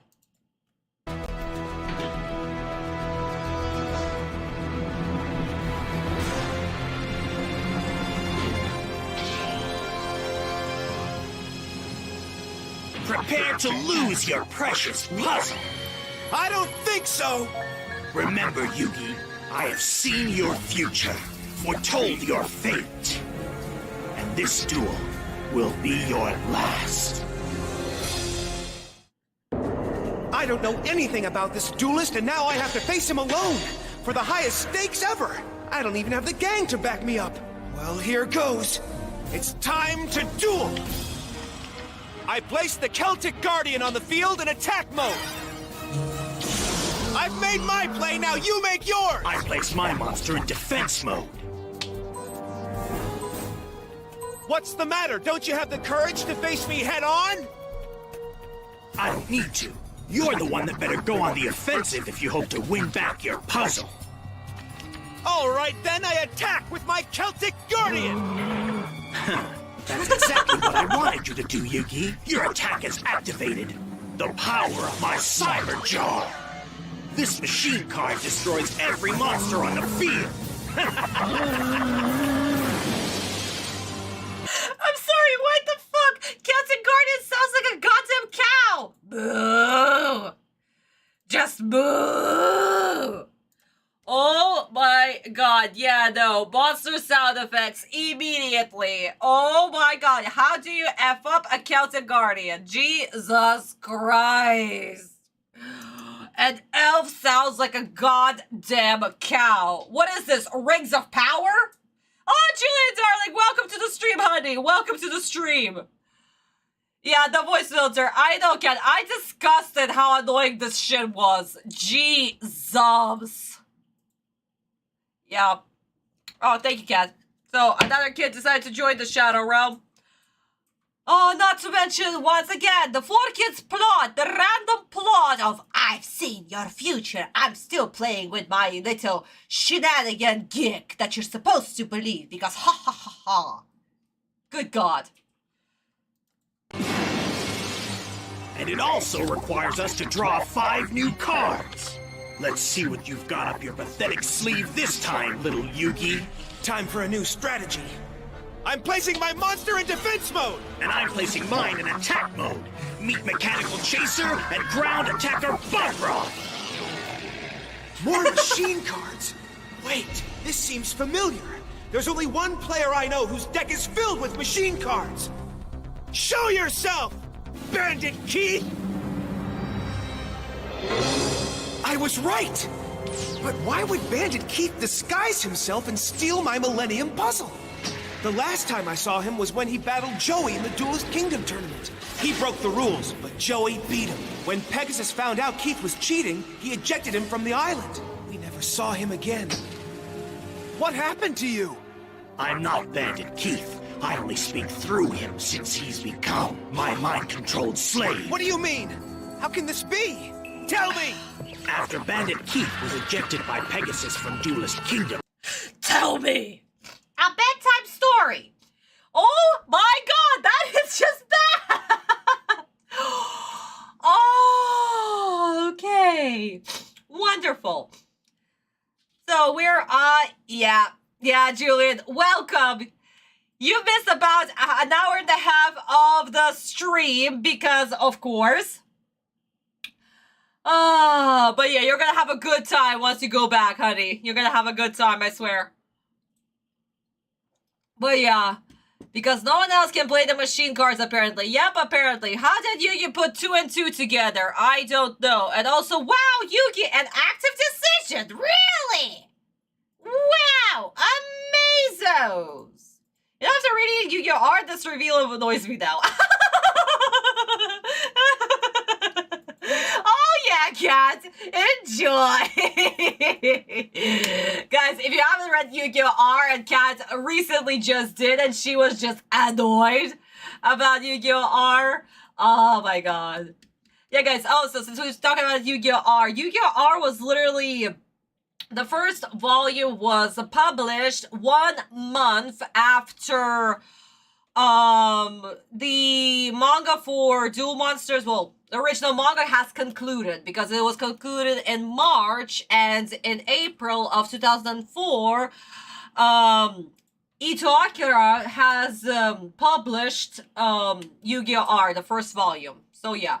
I'm not sure what exactly came out in the United States, but the original Japanese dates are these. Manga concludes in March. In April, we have Yu-Gi-Oh! R. And Ito Sensei is one of Takahashi Sensei's assistants. He worked in Studio Dice. The studio, basically, it was assembled for... it was assembled because of all the assistants that Sensei has hired. So he basically made his own small studio of all the assistants. Well, not a small studio. I mean, there's quite a lot of them. But if we see in the last issue, here is the list of all the assistants that worked. And we can see Ito Akira right here, my darlings. So, yeah, if you want to know all the assistants, once again, open your last volume, and it should be on the last pages. But, yes, my darlings. It was more than I lost my suspense of disbelief for the series. Yeah. Yeah, I get you, Kat. That's why I told you, if you want to, you can read it. If you don't want to... don't read it, but leave it definitely after the series concludes. Yeah. I don't know, I had Yu-Gi-Oh! R had such an amazing, extremely awesome potential to become great, and Ito Sensei's style is so close to Takahashi Sensei's because he has been his assistant for God knows how many years. We know exactly when he enters Studio Dice, but yeah. Not to mention, it was also surprising that Shueisha also greenlit the project and allowed Ito Sensei to continue forward. So, yeah. So that's why we have this spin-off for 42 chapters, I believe. But it had a huge potential. The story sadly was lacking in a lot of areas because Ito Sensei did not understand exactly what made the characters, what made Yu-Gi-Oh! So great. It's not about the duels. It's always about the characters. So guys, if you haven't read Yu-Gi-Oh! R, I recommend reading it for the art. Oh, 44, honey, thank you. I recommend reading it for the art because Ito Sensei has done a great job. Some frames looks exactly as if Takahashi Sensei has drawn them.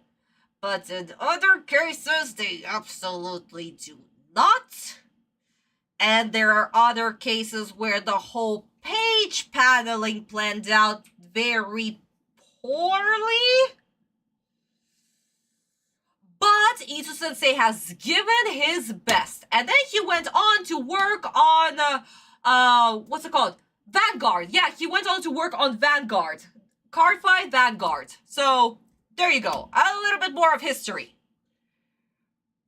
Which I quote whenever I see Dweezil, honey. Yeah. I mean, Little Korean Playboy is so goddamn much, so of course, tell me.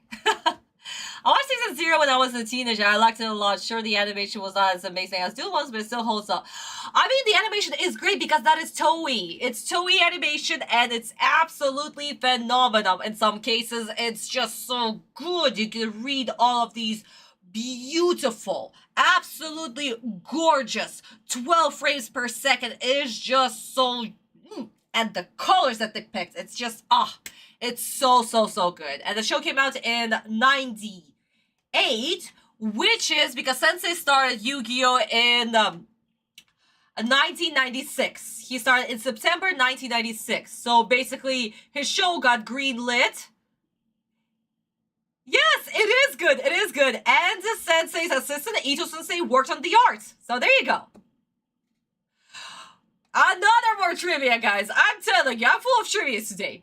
But it's really cool that Sensei actually got a chance to do the animated version of his manga, basically. And that they concluded the show with Def T because Sensei was able to finish Def T and he was able to do Bakura's arc. So that's why they captured only these episodes and only these moments. So honestly, it's really, really cool. I don't know. I love season 0. I love what Toei has done. The coloring, the animation, it's absolutely Toei-esque. And it captures exactly Sensei's style that we literally have in volume 1. Anzu's strong. Yes, she is so strong. Oh my god. But then we also have Miho. So Miho, yeah, even though she's literally a one-shot character in chapter 7 that Honda had a crush on. The girl with the ribbon. So. And apparently she was supposed to be actually like either... She was supposed to have yellow ribbon and light hair. If we go to the coloring version, she has light hair. Like light brown-ish hair. So yeah. But anyway, my darlings, we kind of went in a different direction. So yes, for you to actually figure out that, oh my god, Bandit Keith here is the one that I'm dueling, even though his voice has a little bit different. Oh yeah, she did have a crush on Bakura, that's true. Oh, Miho is so annoying. Jesus Christ, why was she there? She didn't even do anything to the plot. But apparently we couldn't have too many guys and only one girl. That was a little bit too weird for Toei. Yeah.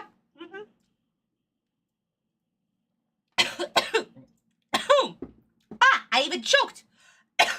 Sorry, guys. But anyway, so for Yugi to actually figure out that this was Bandit Keith, well, thank God Yugi made an active decision. Jesus Christ. Anyway, let's finish this flashback and then go back to the Japanese version. He fought for his life against the harsh ocean waters. Help! My followers and I were on the way to retrieve some very special items when we fished him out of the sea. I'm always looking for new minds to control, and Bandit Keith seemed like the perfect puppet to do my bidding. And, as fate would have it, he led me right to you, the boy who possesses the legendary Millennium Puzzle. Is it all sinking in now, little Yugi? Now that I have found you after all these years, I will stop at nothing to make your puzzle and all of the ancient powers it possesses within it my own. Help me! You'll never free yourself, Keith! Let the duel continue! I play Machine King in attack mode. My new monster gets an extra 100 attack points for every machine that's on the field. That's 300 more points. Machine King, attack with Jet Punch!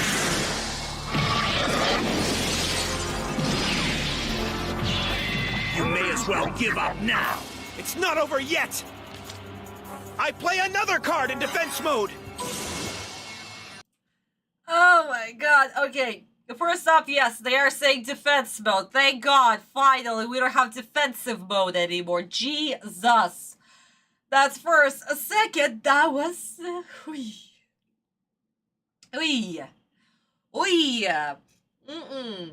Oh my god. I don't even know. Dialogue that changes the original message at this point. This is like, yeah, we are hitting this mark the secondary time.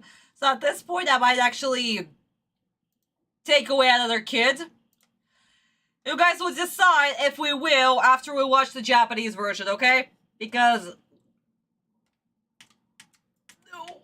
Just no.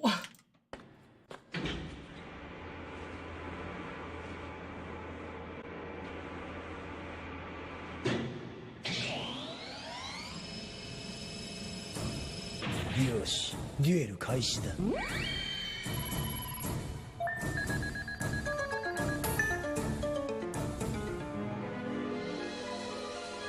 ユギ、お前のターンからだ。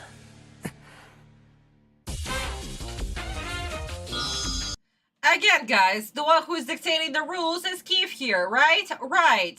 Yugi is literally on defense. So this is just good. Also, Yugi doesn't have the stupid line, oh my god, I don't know anything about this duelist. Who am I dueling? No. How can I ever win? Oh, I'm the victim. We don't have this mentality here either. No, thank you very much. That four kids love to do, apparently, even though Yugi was always the one who was calling the shots. And also, did Yugi know anything about the other duels like he was fighting? Like, I don't know, Pegasus? We knew nothing about Pegasus when he was dueling against Kaiba. Did we know anything about Kaiba or his stratagems? No. Bakura? No. Kajiki? No. Okay, fine. We knew something about Haga, but everybody else, or the ghoul, not the ghouls, the night hunters, you know, Panic and others. Huh? So yeah, none of that shit. Merrick must be related to the Wicked Witch of the West. I know, Daniel. That was so fucking funny. You'll never escape my extreme stratagems. That's why Little Kariba does the voice. Oh my god, it all makes sense. Ah, Little Kariba, you're a legend. It's just like I have some silence so I can think. Good lord, they need to breathe. Yes! We might tick this at this point. That's also another thing that I want to tick. Forecast Yugi's second guesses. I know, all the time. Apparently. Oh yeah.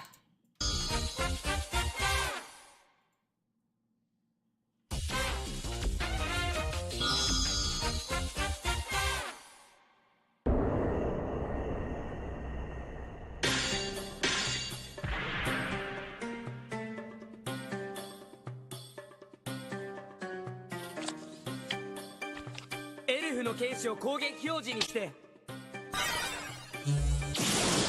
僕のターンは終わりだ。モンスターを守備表示でターン終了だ。あの声どこかで聞き覚えがあるんだけど。おい、どうした？お前のターンだ。エルフの剣士で守備表示モンスターを攻撃。サイバーポッドが攻撃対象になったことにより表表示にサイバーポッドの効果発動。このカードがリバースするとフィールド上のモンスターを全て破壊する。そしてお互いのデッキの一番上から5枚めくり、その中のレベル4以下のモンスターカードを任意の表示形式でフィールド上に出す。シルバーフォングを守備表示。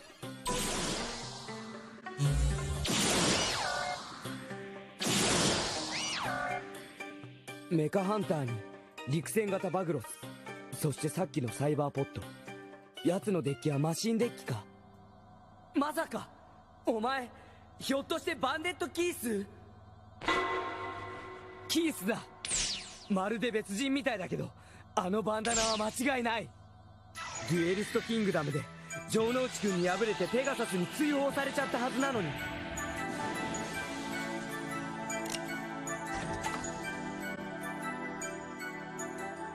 なぜここに？確かにこの男はバンデットキースと呼ばれていた男だ。この男？あの後キースは海に捨てられた。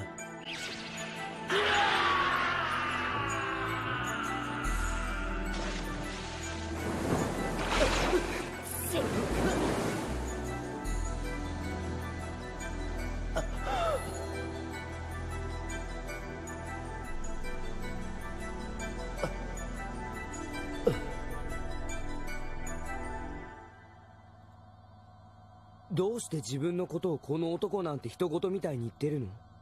それになぜ僕と？恨まれるのも仕方がないな。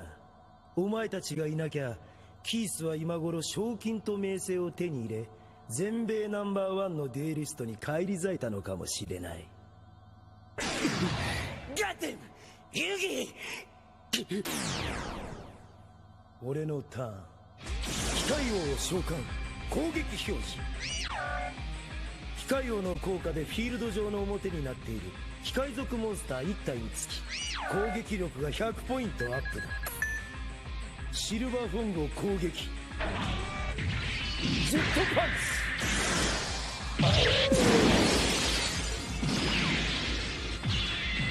ターンエンドだ。僕のターン。モンスターを守備表示だ。マシンモンスター軍団に恐れをなして弱気になったか。ウルトラレアカードでもっとビビらしてやる。メガソニックアイを攻撃表示。その効果で機械王の攻撃力は100ポイントアップ。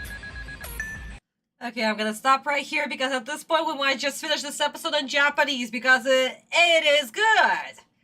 And how different it is in Japanese. Oh, 100%. Even Bandit Keith's reasoning to duel Yugi and everybody else. The way that Yugi was able to recognize, not just because it's a machine deck, he was also able to recognize the monsters that were used. Because they were also used when Bandit Keith dueled against Jonochi. So there you go. Yugi also recognized the voice, even though it was as calm as hell. So, no, Yugi's very active. Is he on the defense because he doesn't know who he's dueling against? Yes. Is he going to actively attack somebody like this? No. He's also picking up on the fact that somebody, why is Keith talking in the third person? What is going on? You know? Not the whole, oh, I am controlling this very important duelist. And I'm explaining all my backstory in literally this monologue and this flashback. Because of course I am. Ha ha ha ha ha. I'm Meg, by the way. Nice to meet you. So, my darlings, because of all this shenanigans, what am I going to do? I am, of course, going to do this. Random explanation for no reason because that was foreshadowing. We do not need foreshadowing. That's first. Second, talking without a breather because that whole flashback was literally non-stop dialogue and I'm sick of it. And thirdly, dialogue change that ruins the original message because at this point, this is the second time that they've done. We had the whole conversation with Yugi between Yugi and Autumn at the beginning. We had the conversation of Bakura, what was his original intention. We had Merrick's original reasoning why he was doing what he was doing. We had Autumn's reasoning for not coming out because he technically cannot come out, but yeah, sure. And now we have this. At this point, I'm sick of it. That was 5 strikes. I'm done. I'm doing this one. So, no. No, no, no, no, and no. It's so much creepier hearing how calm Keith voices. Yes, because that's not Keith talking. That's Merrick talking. And that's why it sounds so goddamn weird. Because, okay, we know that this is Keith. Why is he like this? Keith actually has a reason to fight Yugi. Oh. It's really, guys, it's really cool. And just imagine Yugi, just from Yugi's perspective, how he's taking it. So I know this guy, this is Bandit Keith, right? Why is he like this? Why is he talking to the third person? He cannot see Merrick like we can as viewers. So honestly, this is really, really cool. So overall, my darlings, that's 3 kids decided to join the Shadow Realm. And 1 and 2 and goodbye 3. Oh, cat, thank you. Oh yeah. So yeah. That's a huge no. That was an immediate no. Let me just remove my bingo card real quick. That was an immediate no. And once again, Yugi does not need information to be spoon-fed to him. Why is everybody feeding random explanation, random information, random exposition to us? We're literally being spoon-fed. Stop giving us this. Stop over-explaining. This is really bad writing. This is little kids writing. Oh my god, Dostoevsky is literally spitting in his grave at this point. Jesus Christ. Amateur mistakes. Oh my god. Anyway, let's continue. Your defenses are useless against my mechanical army. Especially now that I'm adding this machine to my troop. Mega Sonic It adds another 100 attack points to Machine King, making him even more deadly. Machine King, attack now! No! My stone soldier! That's right. All your defenses are gone. Give up yet? You have no idea of the power you're up against, little Yugi. No matter who this guy is, I can't let him win! But how can I defeat him without the spirit? And my friends? Come on, guys, hurry! What spirit? What friends? You've been doing this shit by Forkit's logic since the beginning! Stop! Oh my god, this is Forkit's blood happening again. Oh no! I'm sorry, guys. I'm getting pissed at this. Because I'm taking another way. I cannot even speak anymore. I'm taking another kid away because no, we do not need this shit. You were forcing us to believe that Yugi was the one who was dueling throughout the whole time while being in Autumn's body. And now all of a sudden he cannot freaking win without the spirit. And without his friends literally on the sidelines going, woo, go, Yugi, go! Ah! Really? You really need this admiration and saying how freaking amazing you are! Oh my god, what are the fucking narcissists? That's it, guys. Nope, I'm done. I'm done. No. Yugi's a narc. He's the villain. Good god, another kid. Ah! He did not say just that. I know, Julian. Because 4Kids believe that we're too stupid. Apparently, yes. 4Kids believe that we're beyond stupid. We're 3-year-olds that just go... Machine King be a little more terrifying if its attack rolls more than 100. I know, Kurosaki, yes! So 4Kids fixes a bunch of issues from here on with Season 2, so I think of it as a soft reboot for 4Kids. Really, Dweezil, they're actually gonna fix something? Because at this point, I'm getting even more pissed. Beyond pissed. Every single episode, we are 20-minute episode, we are literally dissecting for 3 hours because Jesus Christ, they freaking suck. Palette cleanser. I need a palette cleanser, guys. Japanese version. Let's go. 機械をチビモンスターを攻撃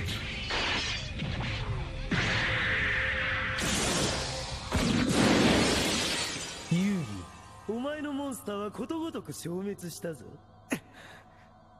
どうした王国の時のようにもう一人のお前を出したらどうだキースはもう一人の僕のことは知らないはずだなぜそれをあれはキースじゃないのか何 And there you go. Why? Because we don't know if the Keith is being controlled. Right? Right. We don't know. We are literally watching this from Yugi's perspective. He has the same voice, yet he's acting differently. He talks to himself in the third person.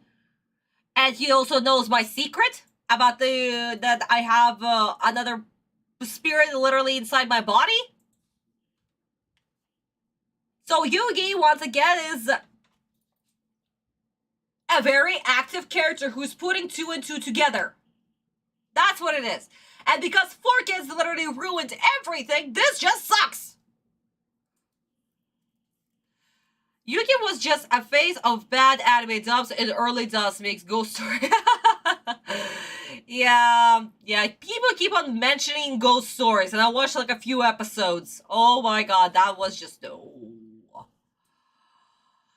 beyond no. Hilarious, yes, but I have very bad relationship with Ghost Stories, so at least the players are behaving themselves today.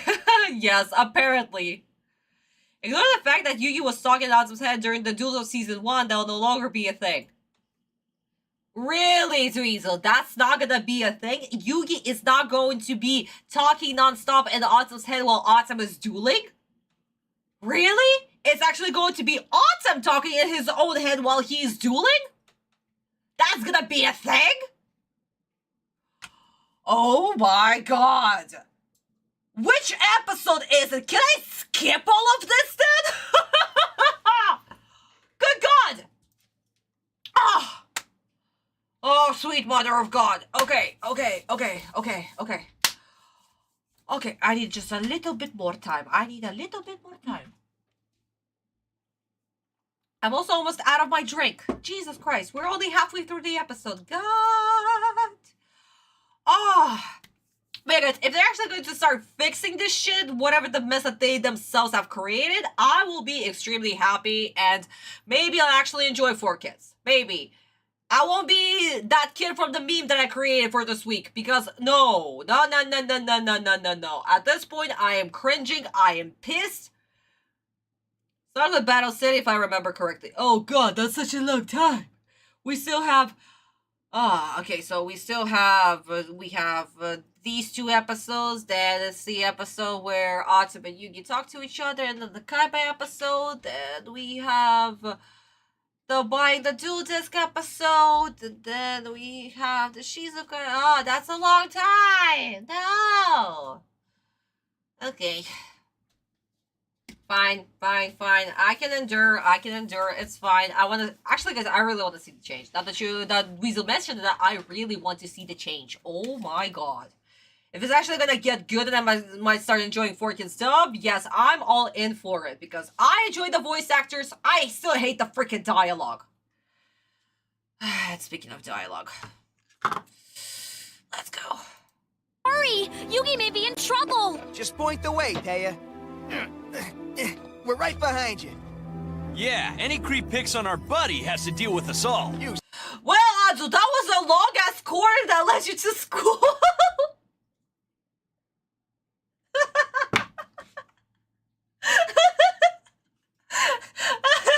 How long was that street? Was it straight to school? That's first. Second, didn't Anzu literally say in the scene with Bakura that Bakura was the one who was supposed to get the others and not her? Why is she the one who's getting the others? The continuity error. Come on. 4Kids, that's why you shouldn't have said in your script that Anzu was supposed to literally catch the dude around the corner. What the fuck? Guys, I'm so sorry, but I need to point this out. This is hilarious. Said it. All right, people. Just where do you think you're going? You volunteered to help at the soccer game. I know, Coach, but we got an emergency. Taya's cat has gotten sick. We need to take it to the vet. Please, we need to help Fluffy. Poor Fluffy. I didn't realize your little kitty was sick. Of course you can go. Yes, sir. Thank you, Coach. Save that little kitty! He's really a softie at heart. It wasn't cool to mislead Coach Morty. It's an emergency. We had to, Taya. Yeah, Yugi needs us. I hope we can find him. Come on, Yugi. My brain just turned off. We have to help Fluffy. Oh my god. As a teacher, guys, and I'm a teacher. I've been teaching officially for 8 years, and then tutoring for another 7 years, okay? I know exactly the bullshit excuses that my kids say whenever they did not do their homework or want to leave or whatever. That shit does not work with me. And it especially do not work with male teachers, okay? 4Kids, no offense, but one kid joined the Shadow Realm and...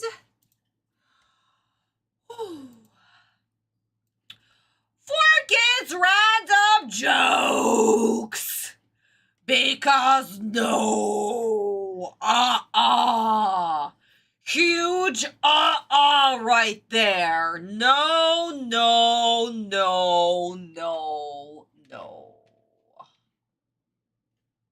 Wait, hold on. Bakura is Fluffy. Oh my god. Yeah, guys, really. That's not a Korean because you would always call him Fluffy. No. Okay, that is legendary.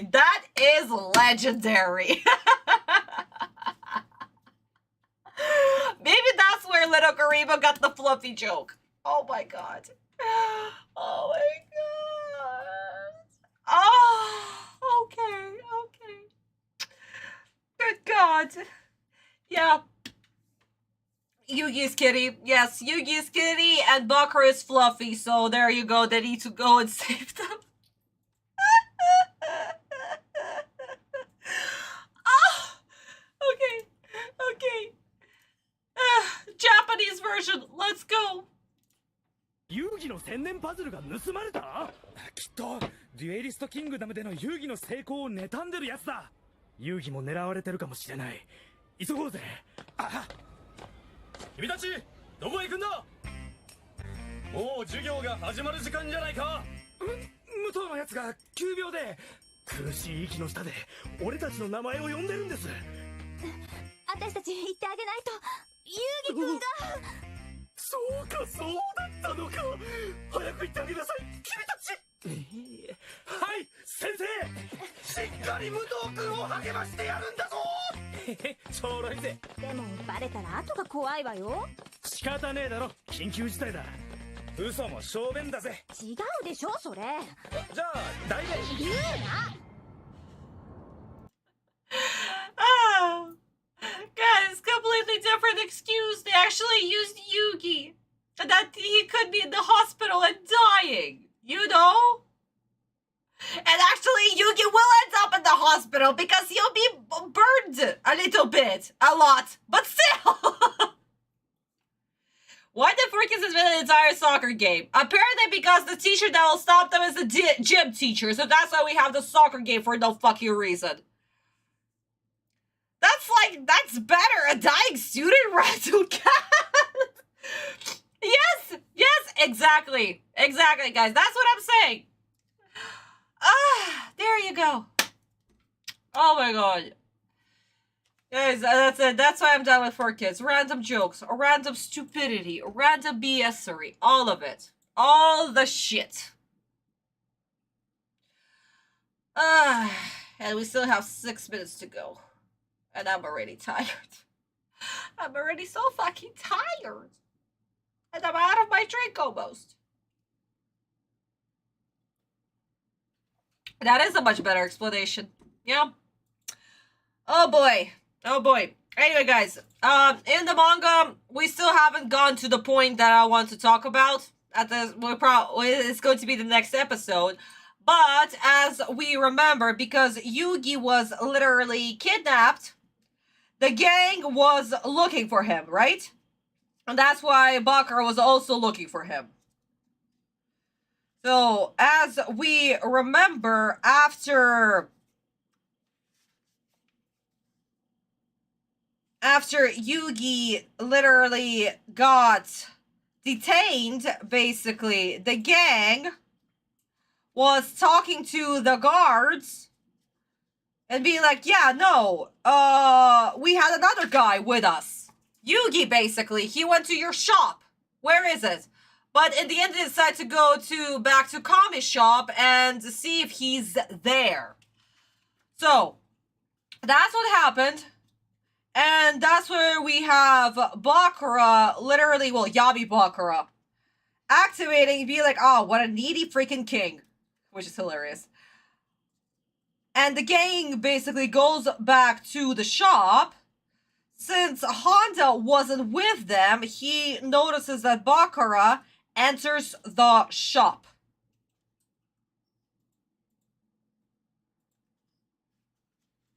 As we can see right here on this page, Honda notices that Bakura enters the shop. Also, Honda has a German Shepherd, and I totally can be extremely happy because I do have a German Shepherd, so it's like, ah. But yeah, my darlings, overall, that's what happens, and that's why Honda basically leads the gang back to the shop, while Bakura is literally there. But, yeah, we cannot even discuss that because Bakura apparently takes his sweet-ass time to walk through the alley that took Yugi, like, I don't know, 5 minutes? And they're like dueling for, like, I don't know, 10 minutes at this point, and Bakura still wasn't able to find them? I know Nick German Shepherds are so freaking cute. My puppy turned 13 last month. He's such a big boy. Well, technically that's like 2 months, almost 2 months. His birthday was on October 22nd. But yeah. Watching Fergus episodes is like giving a massive headache. Yes, Nick. Yep. Speaking of massive headache, let's go. Stop stalling, unless you want to admit defeat. I'll never give up! Foolish boy. He has no idea what he's up against. His Millennium Puzzle is as good as mine. Why? I have too much at stake in this game. So take this! I play Curse of Dragon in attack mode. And I play Gaia, the Fierce Knight. But that's not all. I also use my polymerization card to combine these 2 monsters in order to create Gaia, the Dragon Champion. This monster can take your machines apart. Dragon Champion, attack Mechanical Chaser with double Dragon Lance. With Mechanical Chaser gone, your Machine King loses 100 attack points, and you lose 700.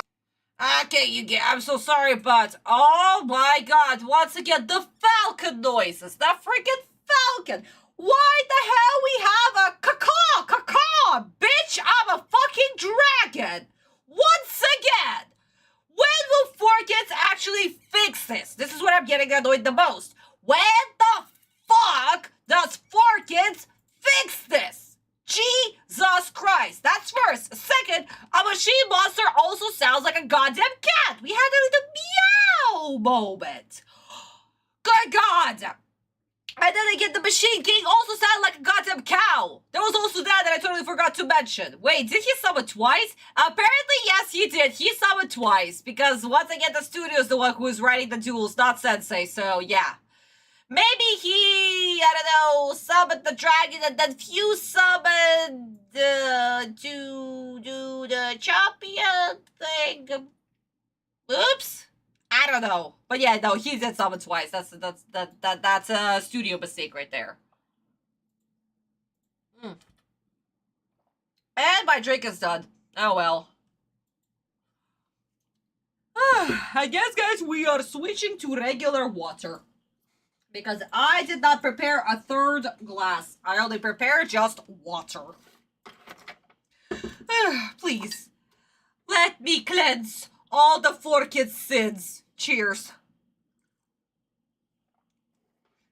I'm going to make Dragon Champion something cooler. It's literally a guy on the back of a Curse of Dragon. I mean, that was the thing. He just fusion summoned. That's what we have. Gaia literally on a dragon. That's it. That was the trick, and guys, as we remember, in Duelist Kingdom, we did not have fusion cards yet. At all. No fusion cards. Nothing. Zip. So basically, you fuse your monster and you create something new. No problem, cat. Go ahead. That's how it is. So, hate lazy fusion designs. I mean, Kurosaki, like I said, it's just, it was something normal, you know? You basically have 2 cards, you fuse them, there you go. Done. And that was before there were actually fusion cards. Any fusion cards. So for us to actually come up on the spot and be like, I can fuse these monsters together and create this. You know, that's actually a really, really cool thing. And for a Sensei to come up with a fusion monster like that, no. I think it's really cool.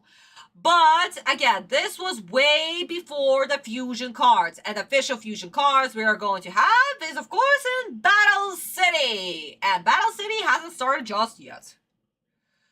Okay, let's finish this turn and then switch to the Japanese version. 150 life points. Very impressive. But what will you do when I put my weaker monsters in defense mode to protect them from your Dragon Champion's attacks? And then play Machine Conversion Factory, a magic card that adds 300 attack and defense points to all of my machine cards. Oh no! You've raised Machine King's power even more! That's right, enough to overpower your Dragon Champion. Machine King attack!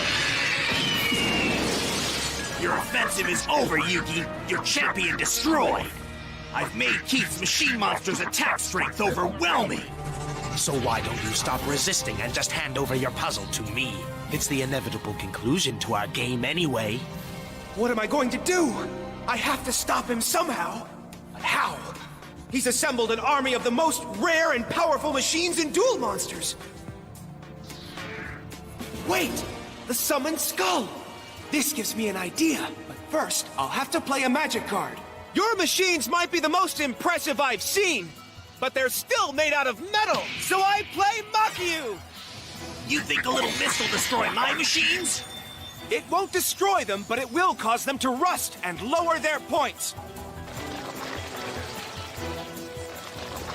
And the mist turns your machine monsters into one gigantic lightning rod, which makes them the perfect target for my summoned skull! Summoned skull, use your lightning strike on Machine King now!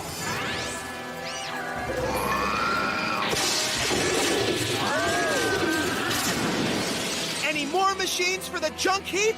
You little... The boy is good. He plays much better than I had expected without the spirit of the puzzle to aid him. But he has no idea of the power he's up against. My deck is full of rare monsters, the likes of which he's never seen. And when I'm through with Yugi, his Millennium Puzzle will be mine. Just grab the puzzle! Oh my god, just grab the puzzle! You literally pegged it to a freaking duel ring! You didn't need to do that at all! You could have just ran with it! This plot is stupid, Porkins! That's not the reason why in the Japanese version they had it pegged to the table! No! Stop it! And second off, summon Meow! It's not a summon skull, it's a summon Meow! Too much talking for my brain. Yes, Vista. Oh my god. Use lightning strike my demon cats. Yes. Oh, ha, ha, ha. I hate it. I hate it. I hate it. I hate it. I hate it.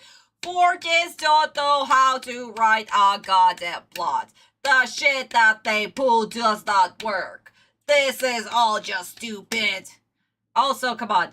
For Yugi to be like, I don't know what I'm doing, even though throughout the past, all of the past duels, I've been dueling instead of Autumn while Autumn stood there and looked pretty? Yeah, no, apparently I suck now in my own body because I'm not sexy enough to just, to distract them with my body.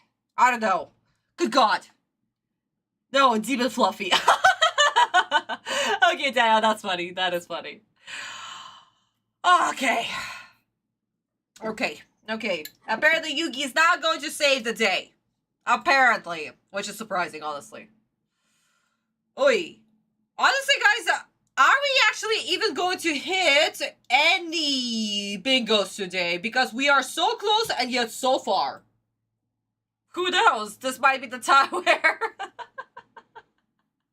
we might not hit any bingo, but then again, we only have about like 5 minutes left, so who knows? Meowing the summon cat, summon Meow. Lightning Meow. Okay, my darlings, let's watch the Japanese version real quick. Yugi, さあ、千年パズルに手を伸ばせ。そしてその中の心を呼び出すんだ。お前の誘いには乗らないぞ。僕のターン。カースオブドラゴンを攻撃表示。Why do you think, my darlings, it was pegged to Yugi's duel ring platform thing? To his side. Not to the Bandit Keith side. To his side. That's why. So then, Autumn would be the one who will be dueling. Not Yugi. Autumn. That's the thing. That's what's happening. Because in 4K's version, it doesn't make sense. Why would you peg it to Yugi's side of the ring? Why?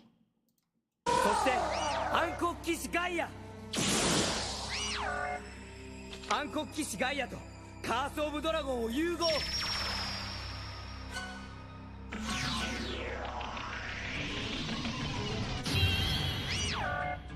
まだ機械王との攻撃力は互角。竜騎士ガイアメカハンターを攻撃。ダブルドラゴンランス。で機械王の攻撃力は100ポイントダウン。俺のターン、攻守変更。メガソニックアイと陸戦型バグロスを守備表示に変更。そしてレアカードの機械改造工場で機械族の攻撃力、守備力とも300ポイントアップ。しまった。今のままじゃ竜騎士ガイアが。行け機械王、竜騎士ガイアを攻撃。どうした？手も足も出ないまま負けるのか？そんなんじゃデュエリストキングダムの優勝者としてペガサスを破った男の称号が泣くんじゃないか？本気を出せよ、いつもみたいにな。もう一人の僕なら追い詰められても決して諦めず冷静に戦況を分析できる。マシン軍団の弱点を必ず見つけられるはず。でもレーモンの召喚、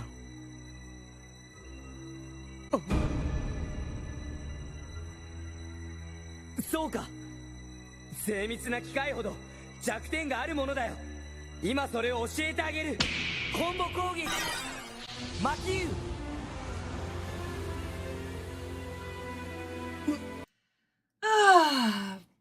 Well, guys, once again, that's what I was talking about, the plot for the 4Kids. Merrick is literally trying to provoke Yugi to switch with Autumn. Yes? Yes. That's what happened. Yugi calmly and very non-confidently, but he's trying to analyze the situation. What would Autumn do? What can he do? Right? Right. And second, I should have actually done this a little bit earlier, but let me just... This card is completely different. Let me just remove my logo real quick.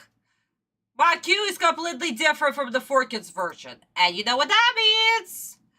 A random card edit right there. Because, of course... Ay.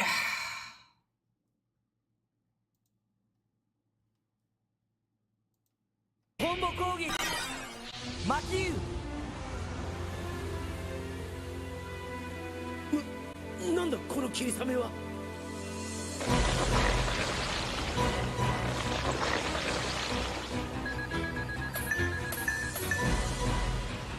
そしてデーモンの召喚を攻撃表示。濡れた機械族にデーモンの電撃の威力をアップする。魔法来。やった、大逆転だ。何？こいつ思った以上にやる。今までは千年パズルの中のもう一つの心を呼び出すために様子を見てきたが、こうなったら手段は選ばん。我らが特製レプリカカードの連続攻撃でもう一つの心を引きずり出してやる。ここか？There you go, guys. Completely different reasoning. Completely different plot. Why Merrick wants Autumn out. Why he's provoking Autumn. And also, guys, this is Merrick thinking. This is not Merrick speaking out loud to Yugi that I have very strong rare cards that are going to destroy you, Yugi. Muhahaha. None of that. This is just literally Merrick speaking to himself. What he wants to do. What he needs to do, you know? That thing. None of the BSery that we literally heard 4Kids do. Completely different. So yeah, no.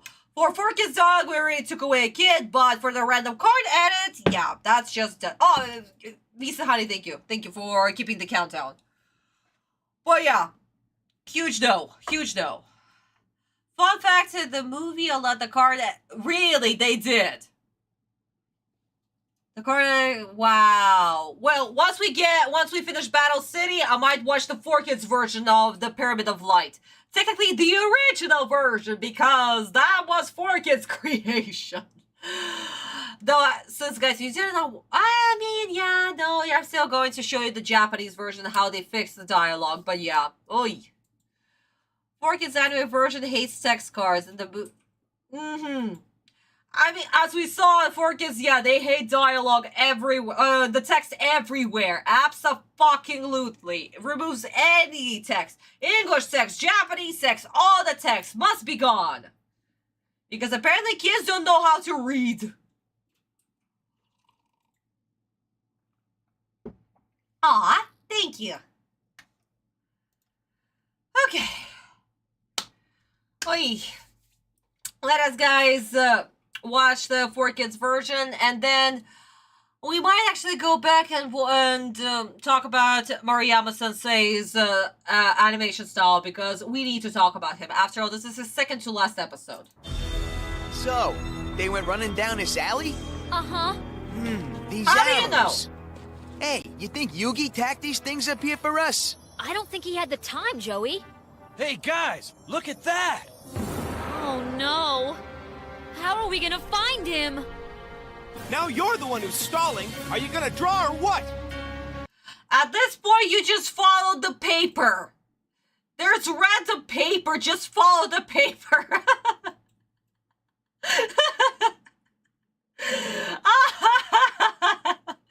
But yeah, no. So how the hell do you know or which way to follow? Oh, Nick, honey. Oh my goodness, thank you so much for the wonderful comments. Oh my god, you're gonna make me blush. Thank you, really. Yeah, guys, whenever we're talking about Yu-Gi-Oh, just hop on in and let us enjoy, because I can talk about Yu-Gi-Oh all day, every day, and my friends fucking hate it, honestly.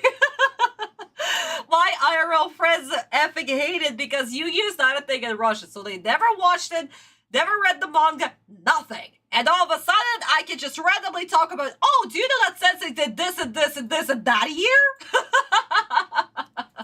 So yeah, no, they hate me. But yeah, oh my god.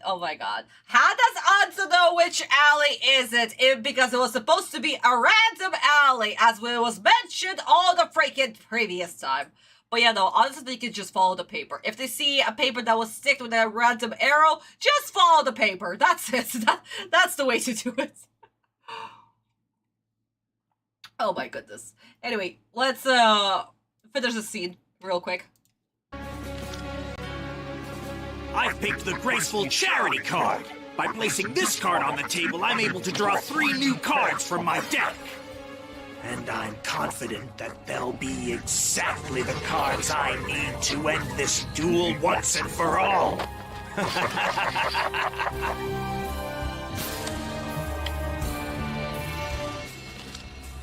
You're finished, little Yugi.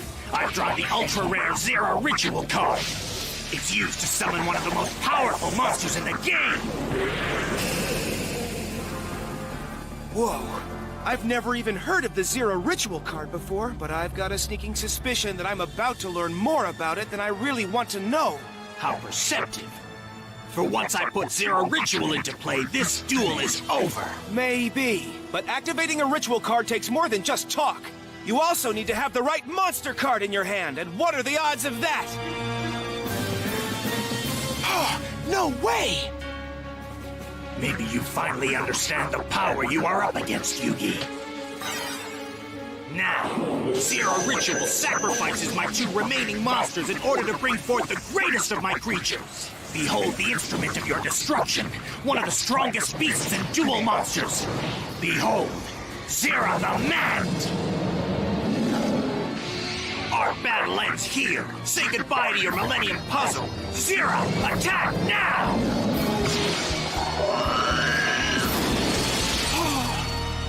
Zero obliterated my summoned skull, but I can't give up. You'll never get my Millennium Puzzle!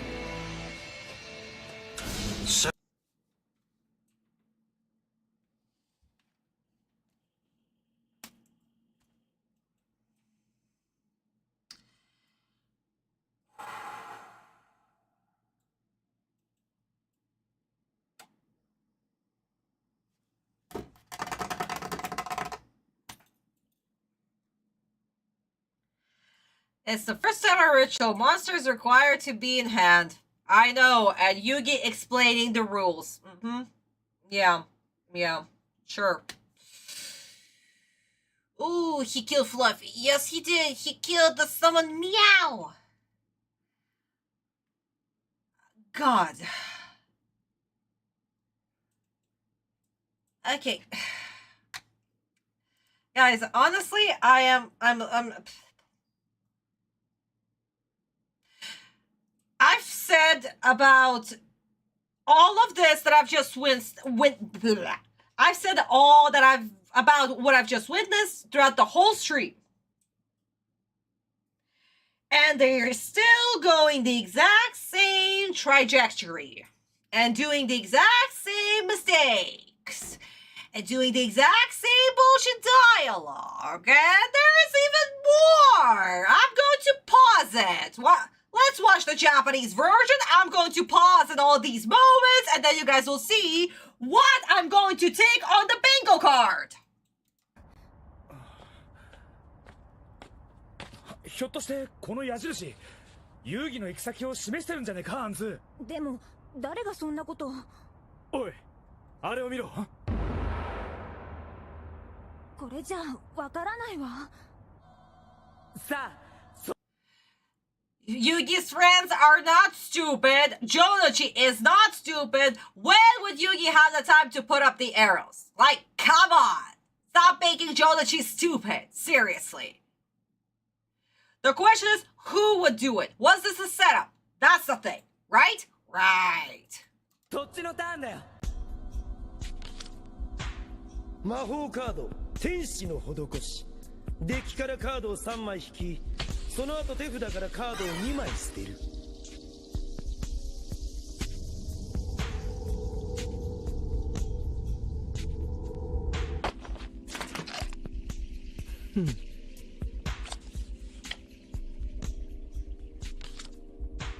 ウルトラレアカードゼラの儀式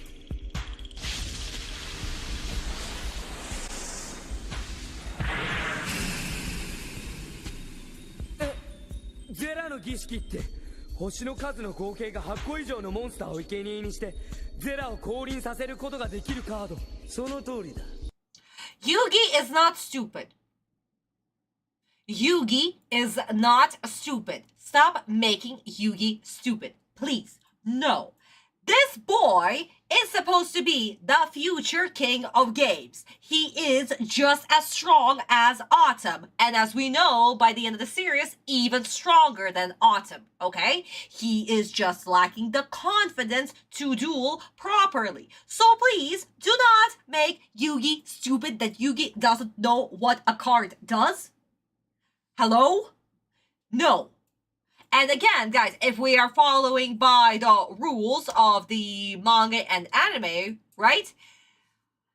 Nobody knows exactly what each card is doing unless the opponent explains it. Because they do not have the text written on it. They cannot just click on the card and see the text. No, they're just doing what basically the dual platform, the dual ring and the player is doing, right? Right, so there you go. That's first.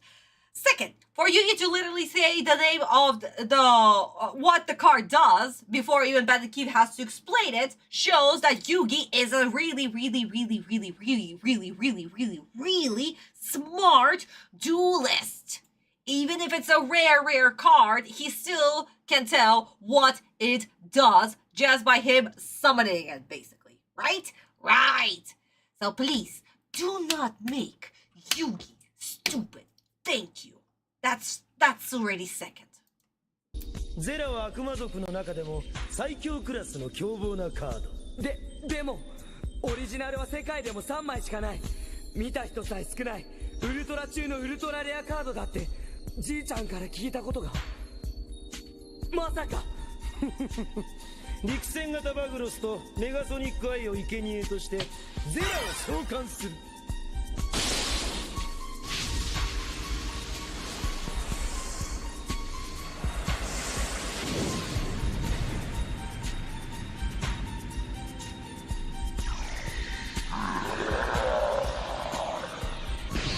デーモンの召喚でもゼラには勝てまい。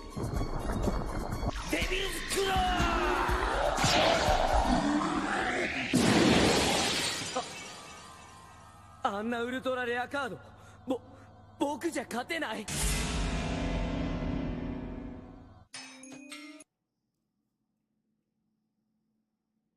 And there you go, guys. Daniel, honey, good night. Love you, love you, love you. Mwah. This is why the production of 4Kids, they try so hard dubbing multiple animes like Sonic X that you get at the same time, along with a cartoon like Teenage Mutant Ninja Turtles. So I see. Yeah, that would make sense. Oh, God. Oh, my poor heart. So,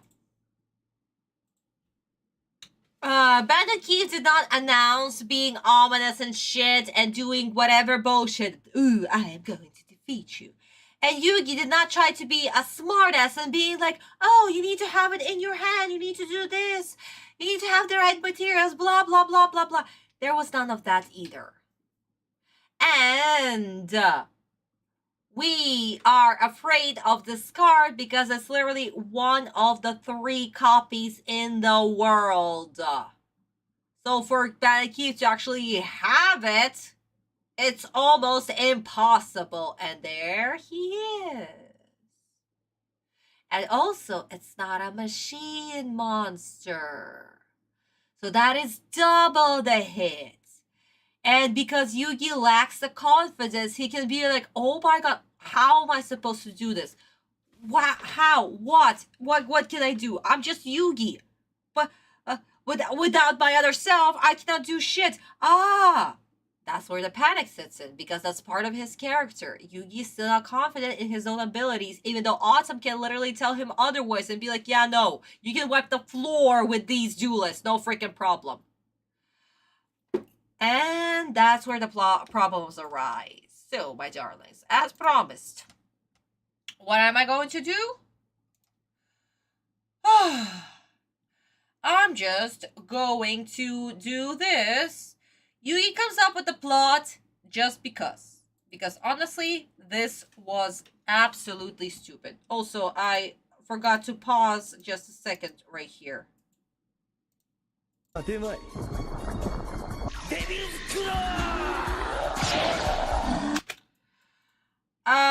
Let me just remove the bingo card. Guys, and my logo. Can we see this? The arms were cut off, right? I'll just remove the sound and try to go, oh, perfect. We can see this, right? So, what does that also mean? I am removing all the violence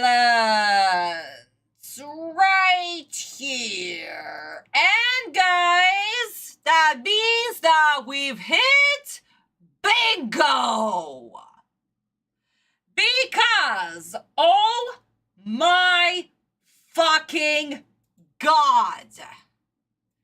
This is ridiculous. Shadow Realm, it is. Actually, no. Yami no game, guys. Yami no game. We hit Yami no game. So, 2 kids joined the Shadow Realm. And there you go.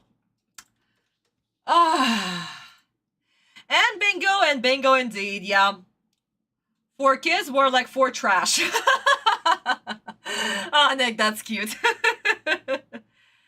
Oh, yeah, Marlene. Yeah, Barbie was created in 59. That's true. That's true, honey.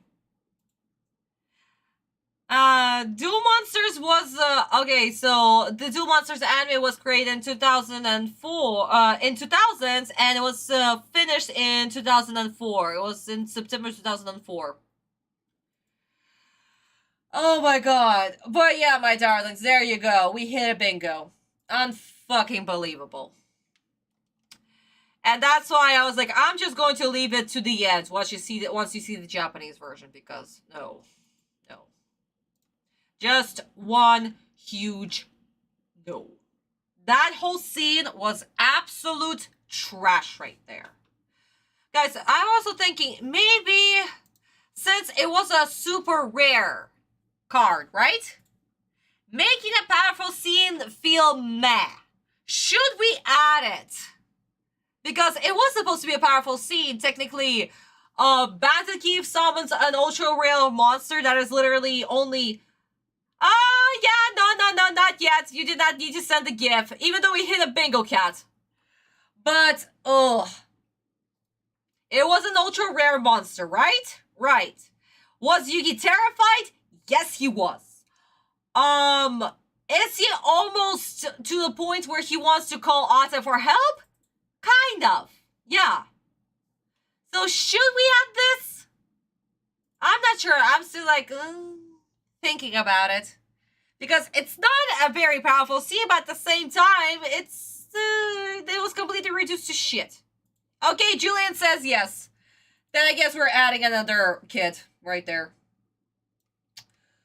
Oh my god. Yeah, no. Just one huge no. No, no, no, no. Okay. Guys, let's wrap up this episode, and then we're going to talk about Maruyama Sensei's art style real quick. I'm actually going to go back all the way to the beginning, and we're going to have Yugi and Autumn in the frame. Okay, this is up, yeah, okay, there we go. Zero obliterated my summoned skull, but I can't give up. You'll never get my Millennium Puzzle! So, my Millennium Ring has led me here. The puzzle must be inside. I also sense a dark presence from the Shadow Realm. Seizing control of the Millennium Puzzle might be more interesting than I thought. Yugi! Where are you? Yugi! Yugi! Say something, buddy! Where is he? You're finished, little Yugi. With Bandit Keith under my mind control, you'll never win this duel. Help! Help!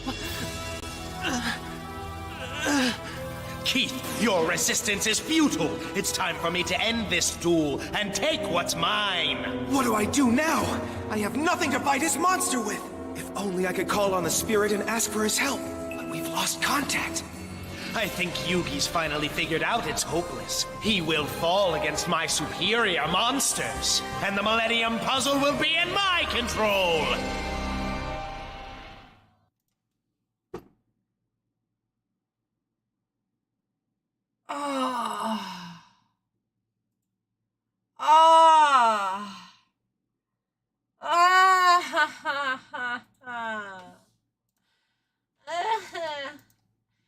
No, they did not do this route. I mean, of course they did go this route, but the shit that they've set up, of course they did. Blocker is ruined once again. I repeat, Blocker is fucking ruined because this is ridiculous. This is absolute garbage. Just no. Yes, Julian, exactly, huh? His friends are freaking useless. They're literally calling to Yugi and Rantomeros, and yeah, no. Key for some reason is doing this shit. Merrick is saying that he's able to control people for no freaking reason, and he's already revealing himself for no freaking reason. And Yugi, for some reason, is doubting himself, and he's saying that he's having internet connections error with Autumn. I guess the Wi-Fi is down or something. The Millennium Puzzle cannot catch a pig. Oh my god. That is so stupid. That is so stupid. Oh, I'm gonna cry. And that doesn't work. Keith, Merrick, whoever, if you want the Millennium Puzzle, why the fuck did you give it back to Yugi? Why is Yugi fighting for it? I do like Bakura's dub. English voice, but Japanese version is way better. I mean, the voice, exactly. Exactly. I enjoy the voice actors. They are doing a very, very, very good job. But the freaking script that they have to work with and deliver, that not cringe in the middle. I don't know. I would have been like, yeah, no, I don't want to work on this. Can you give me another role? What is this? Who am I voice acting? What is going on? Oh, okay, guys. Let's wrap up this episode in the Japanese version and then talk about Maruyama Sensei.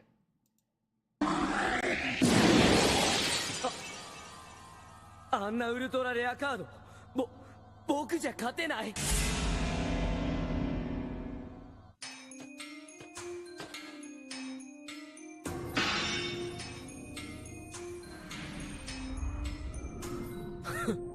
これはただのデュエルじゃねえ闇の力に関わる者が糸を引いているユーギどこなのユーギ返事しろユーギさあどうした手を伸ばせ千年パズルに手を伸ばしもう一人の男を呼び出すのだその男の正体をこそ知りたいのだユーギどうした後がないぞあのデュエリストキングダムでの無敵の遊戯はどこにいるもう一人の僕このままじゃ千年パズルを取り戻せないさあ出てこいもう一人の遊戯どうすればいいんだ And there you go. Completely different. Oh my god. To the dialogue, to the character's action, to absolutely everything, to motivation, everything. Wow. Wow, no. All of this sucks. Bakura is being Bakura. He's like, oh, this is an interesting duel. I see somebody's using the power of an artifact. So it's Yami no game, huh? You know? He's not being stupid. Nobody's using the power of the Shadow Realm. Shadow Realm doesn't exist. Yugi's friends are being Yugi's friends. Of course, they're literally like, Yugi, where are you? Yugi. And not in the Forkis version, whatever the fuck they did.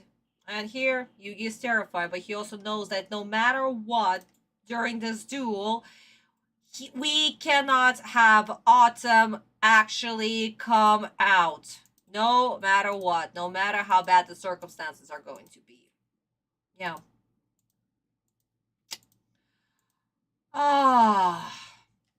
This just sucks. All of it. 4Kids suck. I absolutely hate the dialogue and everything that they are doing with the series. Oy. And we're doing the same thing next week, so we... Back to the Power of Japanese brought me back to life. I mean, that's why we have a palate cleanser with the Japanese version, my darlings. That's why. The 4Kids version, the voice actors also voices stars because 4Kids only like loyal voice actors. I see. And if he's going to sound exactly the same like he sounds in Little Karibo's version and doing the funny accent, I'm all up for it. Give me that darts. Oh my god. So, my darlings, so far, we've hit 0 out of 20. Surprisingly. We did not hit any negative kids. Surprisingly. We only hit 1 bingo today. Surprisingly. But right now we can talk about Maruyama Sensei style. So, woo, the court is still not adjourned. Let us dive into Maruyama Sensei style. My darlings, do tell me, what is so different about Maruyama Sensei compared to other people? I specifically put Yugi and Autumn together in this beautiful frame. What is he doing different? Is it the hair? Is it the bangs, the hands, the shadows, the eyes, the shape of the face? What is it? Let us go. My dumb Joey Wheeler. Really? Good. Oh, hey. Like I said, if he has a funny accent, that will work. Color, eyes. Well, no, the color is the same, guys. The palette is the same, my darlings. The color palette does not change. It is still literally passed from studio to studio to studio to studio. The palette is still going to be the same, the color palette. So, what we're talking about here is the character design overall. What is different? What does Maruyama-sensei does different compared to the other animators? Let's go, my darlings. Also, while you guys are typing, let me also show you a little interesting trivia right here. We can see that Yugi still has the shirt, right? Right. Autumn, on the other hand, does not. He's so much taller. And we can see, even though Autumn is transparent, we can see how much darker Autumn's colors are of the jacket compared to Yugi right here. They are so much darker. They're actually similar to the shirt that is underneath. So that's a little trivia right there, because we at the beginning did not get those moments where we can see the color changes. Now we're finally there where Yugi and Autumn can just talk to each other in the same room, and it's just, it's so fucking enjoyable. Also, again, the hair difference right here. How Autumn does not have the frontal bang, and he has the little light bulbs here, while Yugi does not, and he has this little bang right here. So yeah, basically, Autumn's hair, Autumn's bang is brushed up, Yugi's is down. Wait, is this the where they show? Yes, Nick, you missed it. You missed it. I talked about it because I was like, wait, why the fuck Yugi's mom is not here? And then I understood why Yugi's mom is not here, because it was cut. All 2 scenes of her were cut.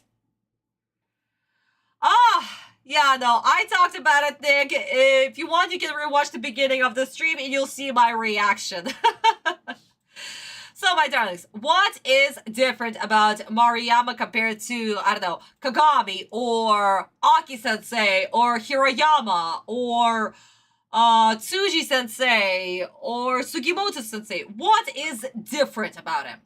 What does he do different? Any ideas?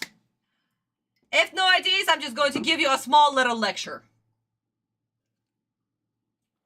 I mean, don't all teachers do that? Always give lectures. The colors are a little dull. No, Julian. The colors are the same. Guys, please, don't look at the color palette. No. Colors are the same. Every studio has the exact same color palette. They have all the codes for the colors. And again, this was digitally colored, so they have all the codes for the color palette. The palette is still going to stay the same. The only difference that is going to happen is Yumeta Company is actually going to add their own palette in Season 4. Lines? Okay, Nox, that's clever. The space between the mouth and the nose? Okay, good. Guys, we're getting somewhere. So, Sugimoto's line art. Not Sugimoto's. Maruyama-sensei's line art. Never thick lines. Never, ever. He never does thick lines. His line art is extremely clean. Even the noses are very thin lines. So the spaces between the nose, yes, that is correct, because Sugimoto-sensei, whenever he does a cutesy character, the space between the nose and the mouth is very close to each other. He even does that with Bakura. He does that with Keith. Like with Bakura, it actually suits him very well, to be honest. So Bakura actually looks a little bit fluffy and fierce in his scenes. But yeah, the spaces is a tad smaller. Good. Anything else, my darlings? Anything else that we see different? Maybe it's the body shape. Maybe it's the hair shape. Maybe it's the eye shape. Any other clue, my darlings? Any other clues? Maybe it's the hands. I'm literally giving you all the hints that I can. Thank God we're not writing a test, because I would have been mad.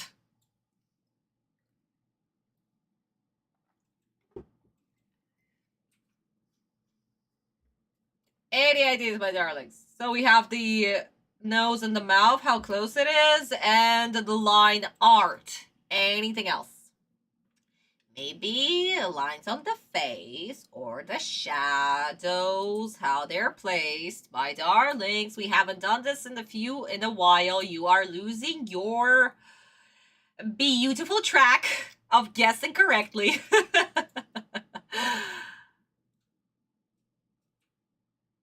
Any more ideas?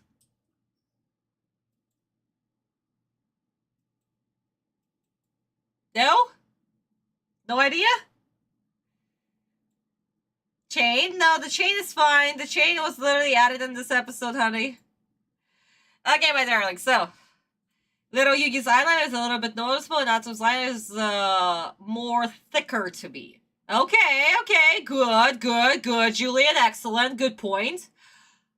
Very good. So, how does Maruyama-sensei's do Autumn's eyes overall, and how he does the eyes is correct. He does the eyeliner, as we can call it, a little bit thicker. That's very true. He has the only thick lines that he has is the eyes. That's the thing. He can do thick lines on the face, on the chin, as well as the eyes. Very good. They're very prominent. Oh, you're typing with one hand? No problem, cat. No problem.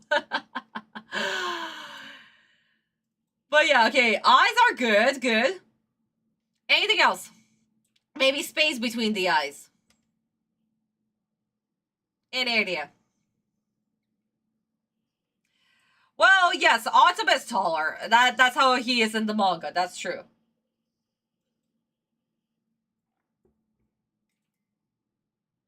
10 more seconds, guys, and I'm going to give you a lecture. Any more ideas? 7 seconds. Also does look like Yugi's hair looks like it's drooping a bit compared to before. Good, Cat. Good point. Excellent. So, what does Maruyama-sensei do differently? Maruyama-sensei does Yugi's bangs, not like we have the smaller bangs, and then we have the secondary bangs. They should be going up, and up, right? Maruyama-sensei does not. His bangs, they go down. Secondary bangs go down, like the spikes. I'm talking about the spikes, guys, not the bangs. The spikes. Down, up, and up. Same thing with Autumn. So, what does Maruyama-sensei do? He makes Yugi's hair wider instead of higher. And how do we know that it's higher? Again, if we can open the... Oh, yeah, not the book. Not anything but the book. If we literally open Yugi to see Yugi's hair... Perfect. We can see that Yugi's hair, how does it go? Up. It's not wide. It's going up. So that's the thing. We can also see the same thing with the bangs. The bangs are very wide. They're very wide. And what also Maruyama-sensei does, he keeps the bang's length different. As we talked about many times in the stream, this bang right here should be lower than the left bang. So he's keeping the bang's height different. That is correct. That's how it is in the manga. Again, if we look at Autumn right here, that's how it goes. So guys, whenever you be drawing Autumn or Yugi, remember the length of the bangs, how high or lower it is, that's how it's supposed to be. This bang is lower, this bang is higher.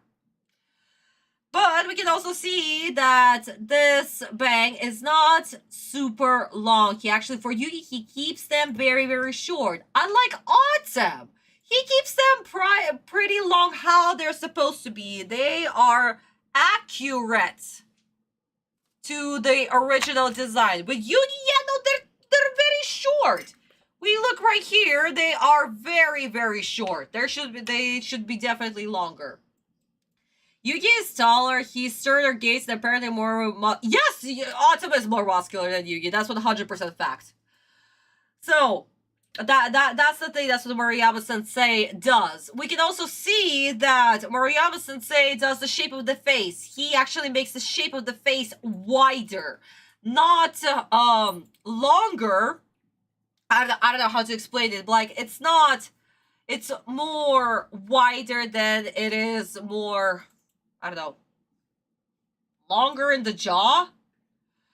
And we can see that both Yugi's and Autumn's faces, they are very circular. Because as we know, Autumn's face is actually quite sharp. Autumn has a very sharp chin, while Yugi does not. He has a very circular face. And Moriyama-sensei, for both, he does very circular, wide faces. The body shape. So, once again... Moriyama-sensei does not like to do very wide body shapes for his teenage characters. We saw that with Bandit Keith. Bandit Keith actually has very wide shoulders and like very rectangular-esque hourglass shape with the shoulders. With teenagers, it didn't matter if it was Yugi or anybody else, he actually keeps the shoulders pretty small. If we go back to Bakura, Bakura actually has this hourglass shape, but only when he transforms to Yami Bakura. But for everybody else, everybody is very, very rounded. Very small, very rounded. The hands, if we talk about the hands, there were multiple instances throughout the whole episode that the hands had very interesting shapes to them. Am I allowed to say that some of them looked weird? As an animator who actually has a diploma, yes, I can. Should I fault Sensei for that? Absolutely not. These are anime hands. They're there for a couple of seconds. Maybe a minute at top. So, who cares about hands? Kagami cares about hands, okay? Kagami is the master of hands. So, that is in his expertise. So, if you look throughout the episode that some shape of the hands looks absolutely weird, do not blame Sensei. Honestly, this is not his fault. Whenever we have any hands that are appearing throughout the whole show or in any other anime, the hands are gonna look weird. This is anime shtick. This is just normal. Not every animator is actually going to care about the fingers. But yeah. So guys, overall, actually, since the chain was introduced in this episode, I want you, for the future episodes, whenever we'll be talking about other animators, I want you to keep a close look at the chain, my darlings. Because animators, even the chain, they're gonna do it differently. I swear. It's gonna be different. The next animator for the next episode, I'm not going to spoil who it is. You're gonna have to do the quiz for the next episode. But the chain is going to look a little bit different. And yeah, it's gonna be there. And you guys are gonna notice it. Especially when Jonochi and Honda are going to try to remove the peg off the platform. Of the dual ring platform thing, yeah. But overall, this is Moriyama-sensei's style. We also can take a look at the shadows right here. There are no shadows on the nose. It's only under the nose. No shadows under the lip. And just side here, side here, side here, side here. That's it. That's how Moriyama-sensei does his shadows. As minimum as possible. Even the bangs. It's just small little triangles right here. Nothing else. Because again, it's too hard, it's a lot to do, and for animators to literally complete the episodes, that's a little bit too much. Not everybody is Hirayama or Ahara or Kagami, okay? Because when these people animate their episode, they go ham! Oh, and soon we're going to see Kagami-sensei's episode. That's going to be very, very, very, very soon. But my darlings, this is it for the lecture for Moriyama-sensei's episode. I'm so glad that we were able to actually talk about the style and how these animators work. Because the previous few episodes, we did not even do that. I was too fucking tired to do that. But my darlings, I guess this is where I can say that episode 50, done, buy the amazing cat is for the 3D effect. That's why. It's for the 3D effect. That's why he has the shadows. Even though Autumn is transparent, he still has to appear 3D-esque and not flat. So that's why we still need the shadows for him. Again, it's visual effect for us as the viewers. Even though there is no light, we're still going to need to appear 3D. But yeah. So, episode 50, done by the amazing Mariyama Sensei. That was done by 4Kids, because that's who gets this rating. Mariyama Sensei gets 10 out of 10. He's absolutely amazing. But 4Kids get exactly 0 out of 20 for the shit that they pulled in this episode. The court is officially adjourned. Okay, my darlings. Next week, we are going to have the last stream of 2024. So, my darlings, I do hope that you have a wonderful, wonderful Christmas. That is next year. Next week. And that you will enjoy your time. We will wrap up this year with another stream. We will also, guys, thank you to report the hearts. Mwah. We'll also wrap up the beginning of Battle City with the duel. Honestly, this is actually perfect because this duel lasts only 2 episodes and we can finally move to a new territory. With another beautiful episode done by another beautiful anime that we'll be discussing, like I promised. But my darlings, yes, as you remember, my darlings. Thank you, Nick. Mwah. Happy holidays, my darling. Happy holidays. As always, my darlings, this is the end of the stream. If you haven't liked this video, please like this video. I know that you're all subscribed, but just in case, please double subscribe if you can. And the only way to support this channel, as you know, the QR code right here to my Boosty page to finally start reading Yu-Gi-Oh! GTT. As you guys know, to my Boosty subscribers, once again, thank you. Vista, Nox, you are legends. Thank you so much for being my Boosty subscribers. Girls, for you, next page will be out on Friday. As always, on the 27th.